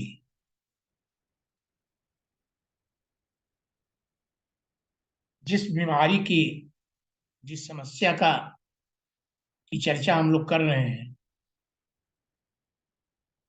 यह बीमारी अब लाइलाज है। हमारा देश बहुत बड़ा है, 140 करोड़ की आबादी है हमारी, और परिवर्तन तो 100 साल पहले ही शुरू हो गया था, लेकिन पिछले 50 वर्षों में जो परिवर्तन हुआ है,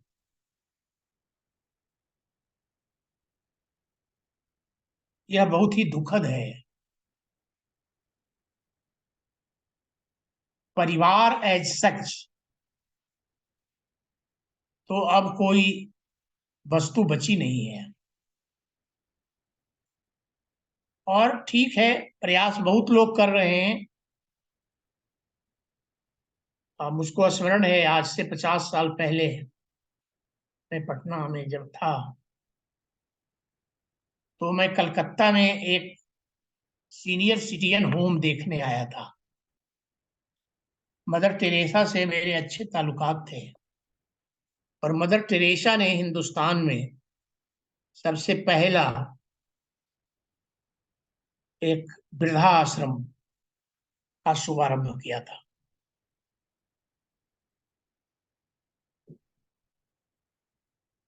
और सामाजिक सेवा से, सामाजिक परिस्थितियों से, सामाजिक दुराग्रहों से बचपन से मेरे ताल्लुकात रहे हैं। इसमें मेरी बड़ी दिलचस्पी रही है, और यथासंभव मैंने प्रयास किया है कि हमारा जो वैदिक जीवन था, जो आर्य धर्म था, जो सनातन धर्म में परिवार की परिभाषा थी, और आपने ठीक ही कहा, क्योंकि हमारा जो जो कुछ भी हमारा थॉट था, उदार चरिता नाम तू वसुधैव कुटुंबकम पर आधारित था। मेरा खुद का परिवार 108 व्यक्तियों का परिवार था बचपन में, जब मेरा जन्म हुआ था। उसका अनुशासन, उस परिवार की एकता, उस परिवार की आभा की चर्चा उस पूरे इलाके में होती थी। लेकिन देखते देखते वह परिवार आज पूरे देश में बिखर गया। हमारे परिवार के लोग दिल्ली, कलकत्ता, बम्बई, मद्रास, बेंगलोर, हैदराबाद और पटना और बाढ़, कई जगह, बेगूसराय, बिखर गए, जहां जिस दरवाजे पर 10 साधु महात्मा, 10 पंडित पुरोहित, 10 संबंधी, 10 इष्ट मित्र का स्वागत होता था और बड़ा आदर पूर्वक उनका स्वागत होता था, बड़े स्नेह के साथ उनका स्वागत होता था। आज परिस्थिति ऐसी बन गई है कि उस हवेली पर कोई झाड़ू देने वाला नहीं है, वो हवेली ढह रहा है, हवेली पर पेड़ पौधे उग रहे हैं। ये जो संस्कृति थी, पिछले 500 वर्षों का जो इतिहास था परिवार का, वह समाप्त हो गया और उसी को हम नहीं बचा सके और उसको बिगाड़ने में भी हमारा हाथ रहा। क्योंकि अच्छी से अच्छी शिक्षा हो, सब लोगों को अपना अपना रोजी रोजगार हो, इसमें मैं भी सहायक रहा। वरना मेरे परिवार में प्रथा थी, पिछले 500 वर्षों से मेरे दरवाजे पर एक विद्यालय था जिसमें 5वीं स्तर का हिंदी, संस्कृत, हिसाब और उर्दू और फारसी, क्योंकि मेरा परिवार एक छोटा मोटा जमींदार परिवार था, तो उर्दू फारसी में ही ज्यादा डॉक्यूमेंट्स होते थे। और इसके लिए खानदानी एक मौलाना, एक पंडित और एक कायस्थ बिरादरी के शिक्षक रहते थे और ये सिलसिला चलता था।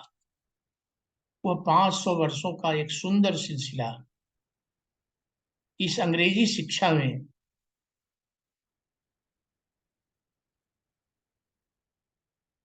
मैंने तो खुद दूसरे हाई स्कूल में शिक्षा प्राप्त किया था, लेकिन मैंने महसूस किया मेरे गांव में स्कूल नहीं था। मेरे लोगों को स्कूल बनाने की औकात थी, लेकिन लोग नहीं बनाते थे कि इससे ज्यादा शिक्षा हमें देना ही नहीं है, हमें अपने बच्चों को बाहर भेजना ही नहीं है, हमारे पास खुद इतनी व्यवस्था है जिसके लिए हमको लोगों की कमी है। लेकिन मैं उसमें बहुत उसको तोड़ने में सहायक रहा। आज हमारे परिवार में IAS, IPS, doctor, engineer, professor और वकीलों का तो भरमार है। लेकिन जो परिवार की प्रतिष्ठा थी, जो परिवार की आभा थी, उस परिवार को बिखरते हुए मैंने देखा है। और मैं एक सामाजिक प्राणी बचपन से रहा हूं और समूचे देश में ताल्लुकात है, एक सूबे की बात नहीं है, ये संपूर्ण भारतवर्ष। घूमना मेरा स्वभाव है, मैं पूरे हिंदुस्तान में घूमता रहता हूँ। अभी भी दिल्ली छोड़ के, मैं पटना छोड़ के अभी कलकत्ता में 3-4 महीनों से हूँ। तो घूमना, देखना, समझना, ये मेरी आदत है, ये मेरी रुचि है। और मैं देख सकता हूँ, कलकत्ता में भी रहता हूँ, 3-4 न्यूज़पेपर में पढ़ता हूँ, दूरदर्शन पर भी समाचार देखता हूँ। जब कलकत्ता में मैं समाचार खोजता हूँ तो मैं यही रोज पढ़ता हूँ, फर्स्ट पेज से लेकर सेकंड पेज तक ही मुझको ये देखने को मिलता है कि पिता ने पुत्र को मार दिया, पुत्र ने पिता को मार दिया, भाई ने भाई को मार दिया, स्त्री ने पुरुष को मार दिया, पत्नी ने पति को मार दिया। और उसके जो कारण है उसका भी उसमें वर्णन पढ़ता हूँ, मन बड़ा दुखी होता है। मैं आप लोगों को बड़ा धन्यवाद करता हूं। इस गहन बीमारी के लिए आप लोग प्रयत्नशील हैं और अपने स्तर पर यह कर रहे हैं। करता मैं भी हूं, मैं भी सामाजिक प्राणी हूं और सामाजिक संगठनों में मेरी भी सहभागिता रहती है और इस तरह का वार्तालाप, इस तरह की मीटिंग्स प्रायः प्रतिदिन मैं करता रहता हूं। लेकिन मैं बड़ा निराश हूं। अब इसका इलाज संभव नहीं लग रहा है। इलाज करे कौन? इलाज सामाजिक संस्थाएं तो आप जानते हैं हिंदुस्तान में लाखों एनजीओज हैं, कई तरह की सोसाइटी है, कई तरह के ट्रस्ट हैं। यहाँ मंदिरों का उसकी गिनती नहीं की जा सकती है, धर्मशालाओं की और बहुत सारी सामाजिक संस्थाएं। यहाँ तो देखता हूँ कलकत्ता में तो सैकड़ों मारवाड़ी संस्थाएं हैं जो सुधार का काम करती है। शादी में, विवाह में, बीमारी में, सब में वो लोग सहयोग करते हैं। लेकिन मैं यहाँ भी बहुत हजारों परिवार को जानता हूँ निजी तौर से, बॉम्बे में भी और दिल्ली में भी, पटना में भी,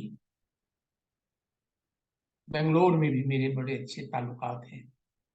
सब जगह देखता हूँ और देखता हूँ कि यह बीमारी किस हद तक, जिसका वर्णन नहीं किया जा सकता। और आप लोग हमसे ज्यादा जानते हैं, इसलिए आप लोगों का समय मैं बर्बाद नहीं करूंगा ये बता के। समय जो आपने निर्धारित किया था वह सीमा भी अब समाप्त होने वाली है। इसलिए मैं सिर्फ इतना ही कहूंगा, आप लोगों को बहुत बहुत धन्यवाद देता हूं। बहुत बहुत प्रशंसनीय कार्य आप लोग कर रहे हैं।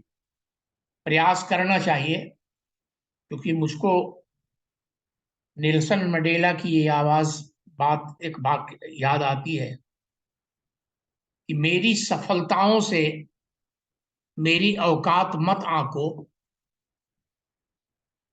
जरा गौर करो कि मैं जीवन में कितनी बार गिरा हूं और कितनी बार उठ के खड़ा हो गया हूं। इसलिए हमारी उपलब्धि क्या है यह महत्वपूर्ण नहीं है। हम गिरेंगे, हम उठेंगे, हम अपना प्रयत्न जारी रखेंगे और हमने आजादी हासिल किया, हमने देश का विकास किया।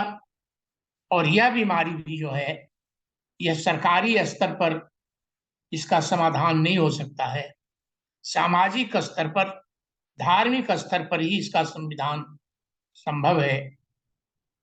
हमारे यहाँ इतिहास है, राम ने राम राज्य स्थापित किया था, कृष्ण ने पूरे मानव समाज को कुरुक्षेत्र के मैदान में आपस में लड़वा के, भिड़वा के और उसको मरवा दिया था, एक नई संस्कृति, एक नई सभ्यता के जन्म के लिए।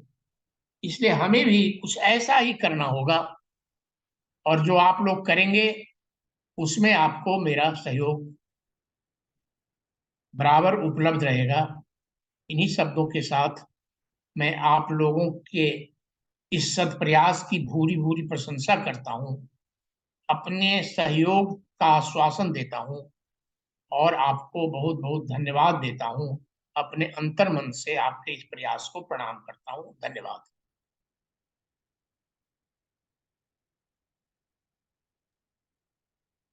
जी वो आपने, जी जी अंतरंग जी जी। बोलिए, अनु जी बोलिए बोलिए।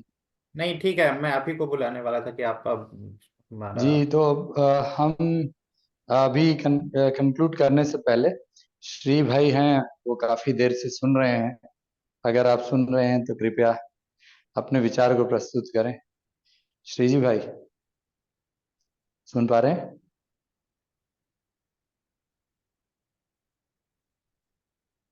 श्री भाई? अच्छा, वो नहीं है तो मैं अभी वीडियो तो नहीं ऑन कर पाऊंगा। अनुज जी, थोड़ा सा मैं चाहूंगा कि आप, अशोक भाई और आप, श्री भाई हैं क्या, कुछ बोलेंगे क्या? श्री भाई सुन पा रहे हैं?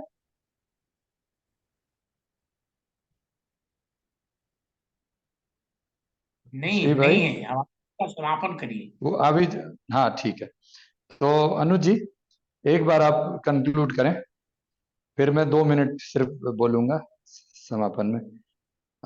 जो अशोक भाई जो वक्तव्य दिया और आपने जो प्रस्तुत किया, और मैं राम नगीना जी की जो एक जो उन्होंने जो आज बताया कि वो एक एग्जाम्पल है, वो खुद ही किस प्रकार एक बहुत बड़ा, मैं एपीजे अब्दुल कलाम जी से मिला था, तो उन्होंने मुझे कहा था कि भारत को, मैंने पूछा था उनसे कि आप अ, भारत को विकसित देश कैसे मानते हैं, तो उन्होंने कहा था कि भारत में जॉइंट फैमिली सिस्टम का बीज अभी तक जीवित है। तो इस पर थोड़ा सा कंक्लूड करते हुए अनुज भाई, दोनों की विचारधारा, क्योंकि राम नगीना जी को ऐसा लग रहा है कि ये जो टूटा, उन्होंने खुद अपनी आंखों से देखा है विद्यालय को, एक 500 वर्ष का विद्यालय गुरुकुल था जो टूटा, परिवार टूटते हुए देखा, जो इतना बड़ा परिवार, 4-5 पीढ़ी एक साथ रहने वाला परिवार। तो इसीलिए मैं चाहता हूं कि इसमें दोनों के जो वक्तव्य हैं और आपकी जो विचार आपने जो प्रस्तुत किया, इन सबों को मिला करके आपके एक रोड मैप आप क्या देख रहे हैं, क्योंकि करना तो हम युवाओं को ही है। तो आप थोड़ा सा इस पर अब प्रकाश डालें, एक रोड मैप को बनाते हुए, फिर हम लोग इस पर एक अशोक भाई हमारे लिए एक बहुत बड़े माइलस्टोन है।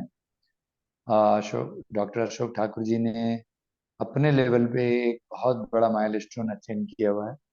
अब हम इसको राष्ट्रीय स्तर से कैसे कनेक्ट करें? जो सरकार है, उस सरकार की शक्ति के साथ सरस्वती शिशु मंदिर की एक बहुत बड़ी श्रृंखला है, लेकिन उसके बाद भी आज की शिक्षा व्यवस्था में हमारी आरएसएस की ये पूरी श्रृंखला कुछ नहीं कर पा रही है। और बहुत सारे ऐसे स्पिरिचुअल ऑर्गेनाइजेशंस हैं जो प्रयास कर रहे हैं इस व्यवस्था को वापस लाने के लिए। बचपन से जो मैं चाहता हूँ कि वो उसको कहना है, तो एक बार आप बताइए अनुज जी कि आप क्या रोड मैप देख रहे हैं, फिर मैं उसको कंक्लूड करता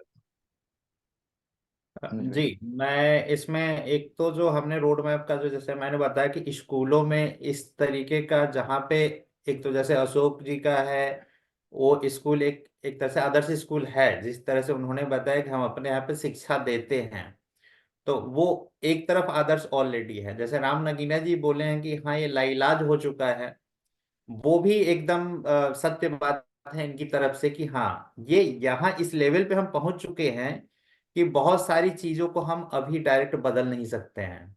जैसे कानूनी बदलाव है, तो वहां तक पहुंचने के लिए एक बड़ा, जब तक जन आंदोलन नहीं होता है तब तक उसमें बदलाव नहीं हो सकता है।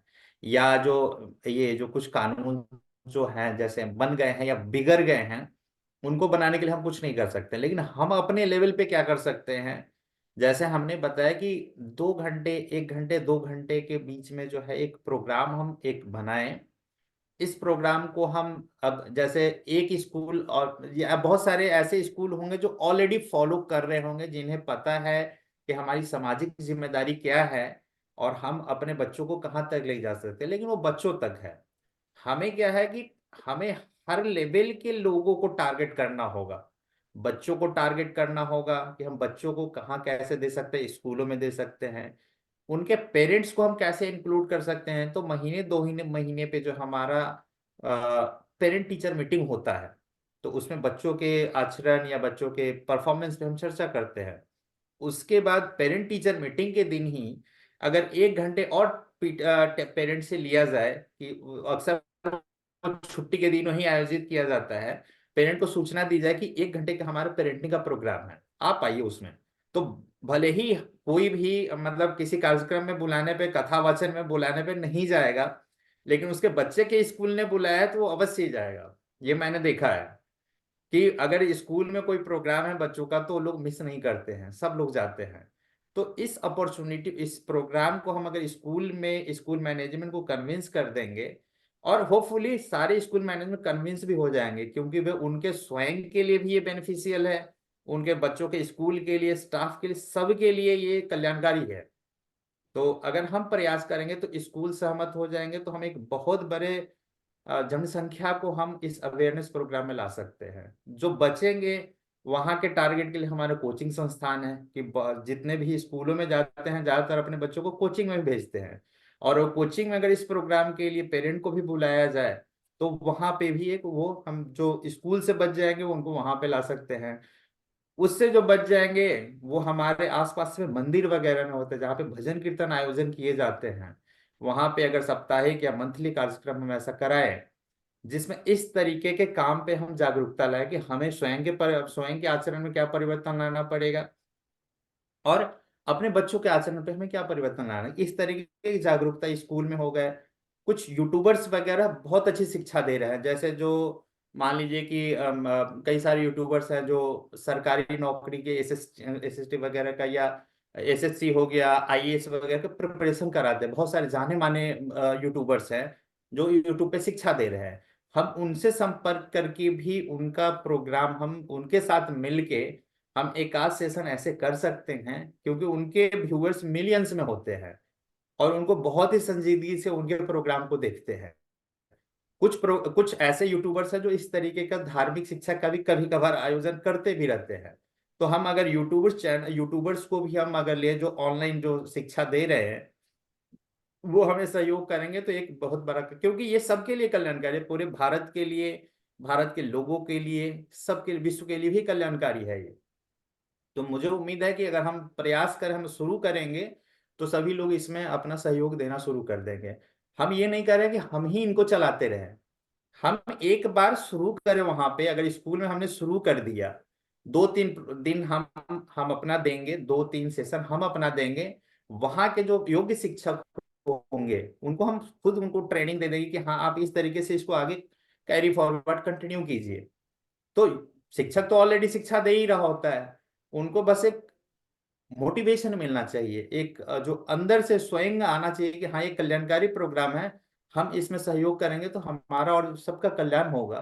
तो खुद आगे बढ़ेंगे। हम जिनके पास भी जाएंगे उनको 1-2 बार उनको ट्रेन करके वो खुद ब खुद आगे कैरी फॉरवर्ड, तो इस तरीके से हम एक दिए से दूसरा दिया, दूसरे दिए से तीसरा दिया जलाएंगे तो हमें उम्मीद है कि ये आगे बढ़ता जाएगा। अब जैसे राम नगीना सर बोले हैं कि लाइलाज है या बहुत बढ़ गई है, देखिए हमारे हमारे अधिकार क्षेत्र में कर्म करना है। कर्मण्येवाधिकारस्ते माँ फलेषु कदाचन माँ कर्मफल हेतु भूर्मा ते संगोष्ठ कर्मणि। तो जो कर्म करना हमारे अधिकार क्षेत्र में है, फल मिले या ना मिले वो हमारे अधिकार क्षेत्र में है ही नहीं। हम अपना कर्तव्य समझ के, अब हमारा एक कर्तव्य है इस कर्म को करना, तो हम तो अपना कर्तव्य समझ के करेंगे। और भगवान उसके आगे भी बोले हैं कि योगस्थ कुरु कर्माणि संगम त्यक्त्वा धनंजय सिद्धया असिद्धयो समो भूत्वा समत्वम योग उच्यते। मतलब ये है कि अपने कर्म को हम एक योग समझ के करें, अपना कर्तव्य समझ के करें, भले ही सिद्धि मिले असिद्धि मिले, सफलता असफलता हो सकता है, कहीं जाके इनकार भी कर सकता है कोई स्कूल या कोई कथावाचक या कोई यूट्यूबर्स कि हम आपके प्रोग्राम में सहयोग नहीं करेंगे। तो ये हमारे लिए मैटर नहीं करता है, हमारा प्रयास हम क्या कर रहे हैं ये मैटर करता है। तो मैं तो ये चाहूंगा कि हम अपने प्रयास को शुरू करें। इसमें सहयोग भी मिल सकते हैं, असहयोग भी मिल सकते हैं, विरोध भी मिल सकता है। इवन हम जिस सोसाइटी, जिस गली मोहल्ले में रह रहे हैं, हम वहां पे भी ये शुरू कर सकते हैं। वहां पे भी एक बहुत बड़े लोग को हम जानते हैं या लोग हमें जानते हैं जिनको हम इस मामले में शुरू कर सकते हैं। अब क्योंकि हमारा समाज कल्याण के लिए काम है, हमें अपने फायदे के लिए नहीं कर, जिस दिन हाँ अगर हम अपने फायदे के लिए इस काम को करना शुरू करेंगे तो हो सकता है हम सफल ना हो, लेकिन अगर हम दूसरे के हित के लिए अगर हम समझ के कर रहे हैं तो हम अवश्य ही सफल होंगे, इसमें कोई शक ही नहीं है। इस प्रकार से मैं तो कहूंगा कि हम अपना कोशिश कर सकते हैं, प्रयास करना चाहिए, करेंगे। और मेरे ख्याल से समय भी हो चुका है, 10 बजने वाला है। तो अब अंतरंग जी, आप अंतिम कंक्लूजन देना नहीं, चाहेंगे? बहुत बहुत बहुत बहुत धन्यवाद अनुज भाई, आपने आज कोऑर्डिनेट किया, क्योंकि अभिषेक भाई भी आज किसी कारणवश कहीं कार्यक्रम में थे। और आपने जो प्रस्तुति किया, आपकी पावर पॉइंट प्रेजेंटेशन के साथ आपने एक समाधान दिया, और हमारे पास डॉक्टर अशोक ठाकुर जैसे एग्जाम्पल हैं, जो कि इस व्यवस्था ने इनको जो कहा कि अंग्रेजियत की शिक्षा के अंदर ये भारत सीबीएसई की बोर्ड में वो दे पा रहे हैं, और पेरेंट्स को जिस तरह से एजुकेट करते हैं वो बहुत बड़ा काम है, एक एग्जाम्पल है, मॉडल है। उसी प्रकार मैं यहाँ पर जीवाग्राम में जब काम करना शुरू किया, तो मेरी actually appointment as a yoga therapist नहीं हो रही थी। एज ए योगा टीचर उन्होंने बुलाया था जीवाग्राम, जीवा स्कूल में। जीवा स्कूल दो संतों के द्वारा चला जाता है। मतलब एक तो जो डॉक्टर प्रताप चौहान जी हैं, जो टीवी पर दिखते हैं अक्सर आयुर्वेद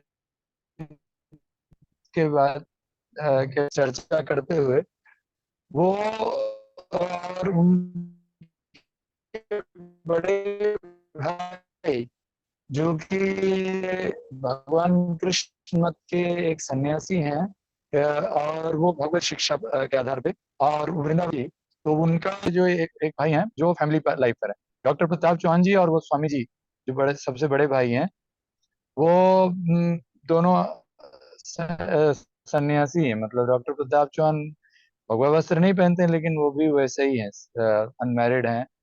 तो ये मैं ये बता रहा हूँ इसीलिए क्योंकि जीवा स्कूल भी एक उदाहरण है, जो कि इस तरह की एजुकेशन, मतलब हमने देखा कि बचपन से बच्चे यहाँ आयुर्वेद जानते हैं, और संस्कृत जानते हैं, भगवत गीता जानते हैं।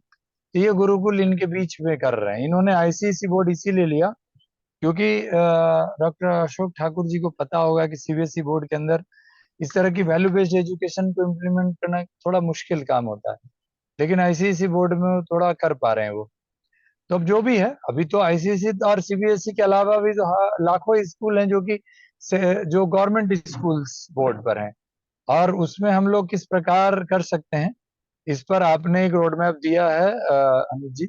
और हम लोग और इस पर प्लान करें कि उन स्कूलों में उनके बच्चों के बीच में, उनके अभिभावकों के बीच में कैसे हम लोग आए, जिसके लिए आपने एक बहुत अच्छा ये दिया कि मंदिरों के माध्यम से और पुजारियों और पंडितों के माध्यम से हम उन जगहों पे पहुंच सकते हैं। फिर उसके बाद जो अच्छे प्राइवेट स्कूल्स हैं उनके पीटीएम के माध्यम से। लेकिन वहां पहुंचने के लिए आप जो बता रहे हैं कि पहले हमें करिकुलम डिजाइन करना पड़ेगा, एक स्टैंडर्ड करिकुलम, कि हम पेरेंट्स को क्या पढ़ाने वाले हैं। तो उसके लिए दोनों स्कूल, मुनि इंटरनेशनल, जीवा स्कूल से बहुत सारी चीजें हमें मिल सकती है, और भी स्कूल हैं जो कि इस मॉडल पर काम कर रही है। और चूंकि राम नगीना जी रामायण का बहुत अच्छा पाठ कराते हैं, तो उन्होंने हम उनके साथ हम लोग अभी जो रामायण बच्चों को कैसे किया जाए, और हम लोगों ने एक अवार्ड सेरेमनी भी किया उस दिन, जिस दिन ये रामलला की मंदिर स्थापित हो रही थी, प्राण प्रतिष्ठा जो मूर्ति की हो रही थी। तो उसी दिन ये प्रोग्राम हुआ 21 तारीख को, 21 जनवरी को। तो इसीलिए अभी हम लोग ऐसे बुजुर्ग लोग, जो लोग की एक स्तंभ है आध्यात्मिक शिक्षा के लिए, और समाज में एक पीढ़ी क्रॉस करके 3 पीढ़ियां उनके नीचे रह रही है, ऐसे बुजुर्गों का एक टीम बनाए। जैसे हम अभी यहाँ पर जो बुजुर्ग लोग ये आते हैं इस हॉस्पिटल में, क्योंकि सीजीएचएस हॉस्पिटल है ये, तो यहाँ पर सब रिटायर्ड लोग आते हैं। तो हम यहाँ पर शाम का भजन कार्यक्रम और वेलनेस सेशन हमने शुरू किया यहाँ पर। तो हमने उनको ये बोला कि आप लोगों का बहुत बड़ा ड्यूटी है कि आप जब घर जाएं तो पहली बात तो ये है कि आप यहाँ पर घुटना खराब होने के बाद आप आयुर्वेद की ओर झुकें, और आपको शरीर पूरा खत्म हो गया तो क्यों नहीं बचपन से ये शिक्षा आप लोग सीख कर जाइए, और योग और आयुर्वेद और भगवत गीता और भक्ति और भारतीय संस्कृति को आप पुनः अपने बचपन से, मतलब कम से कम आपके पोता पोती तो आप सुनेंगे, उनको अगर आप संस्कार दे देंगे तो आने वाले 15-20 साल में भारत फिर से भारत होना शुरू हो जाएगा। तो सीनियर सिटीजन्स का भी बहुत बड़ा रोल है, उसके माध्यम से भी हम लोगों को करना है। और उनका इन दोनों को मिलकर एक करिकुलम बनाया जाए, और उस करिकुलम में,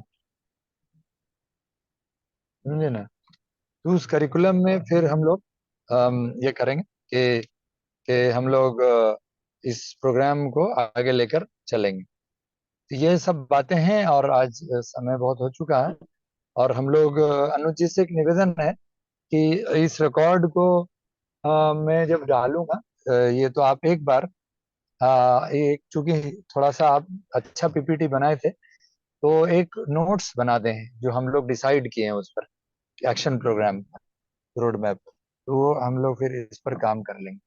जी, बहुत बहुत धन्यवाद सबको, और जय सिया राम, राधे राधे, हरे कृष्णा, भावनम केवलम। धन्यवाद। राधे जय राधे। आप होस्ट हैं तो आप एंड कर दें प्लीज, अनुज भाई।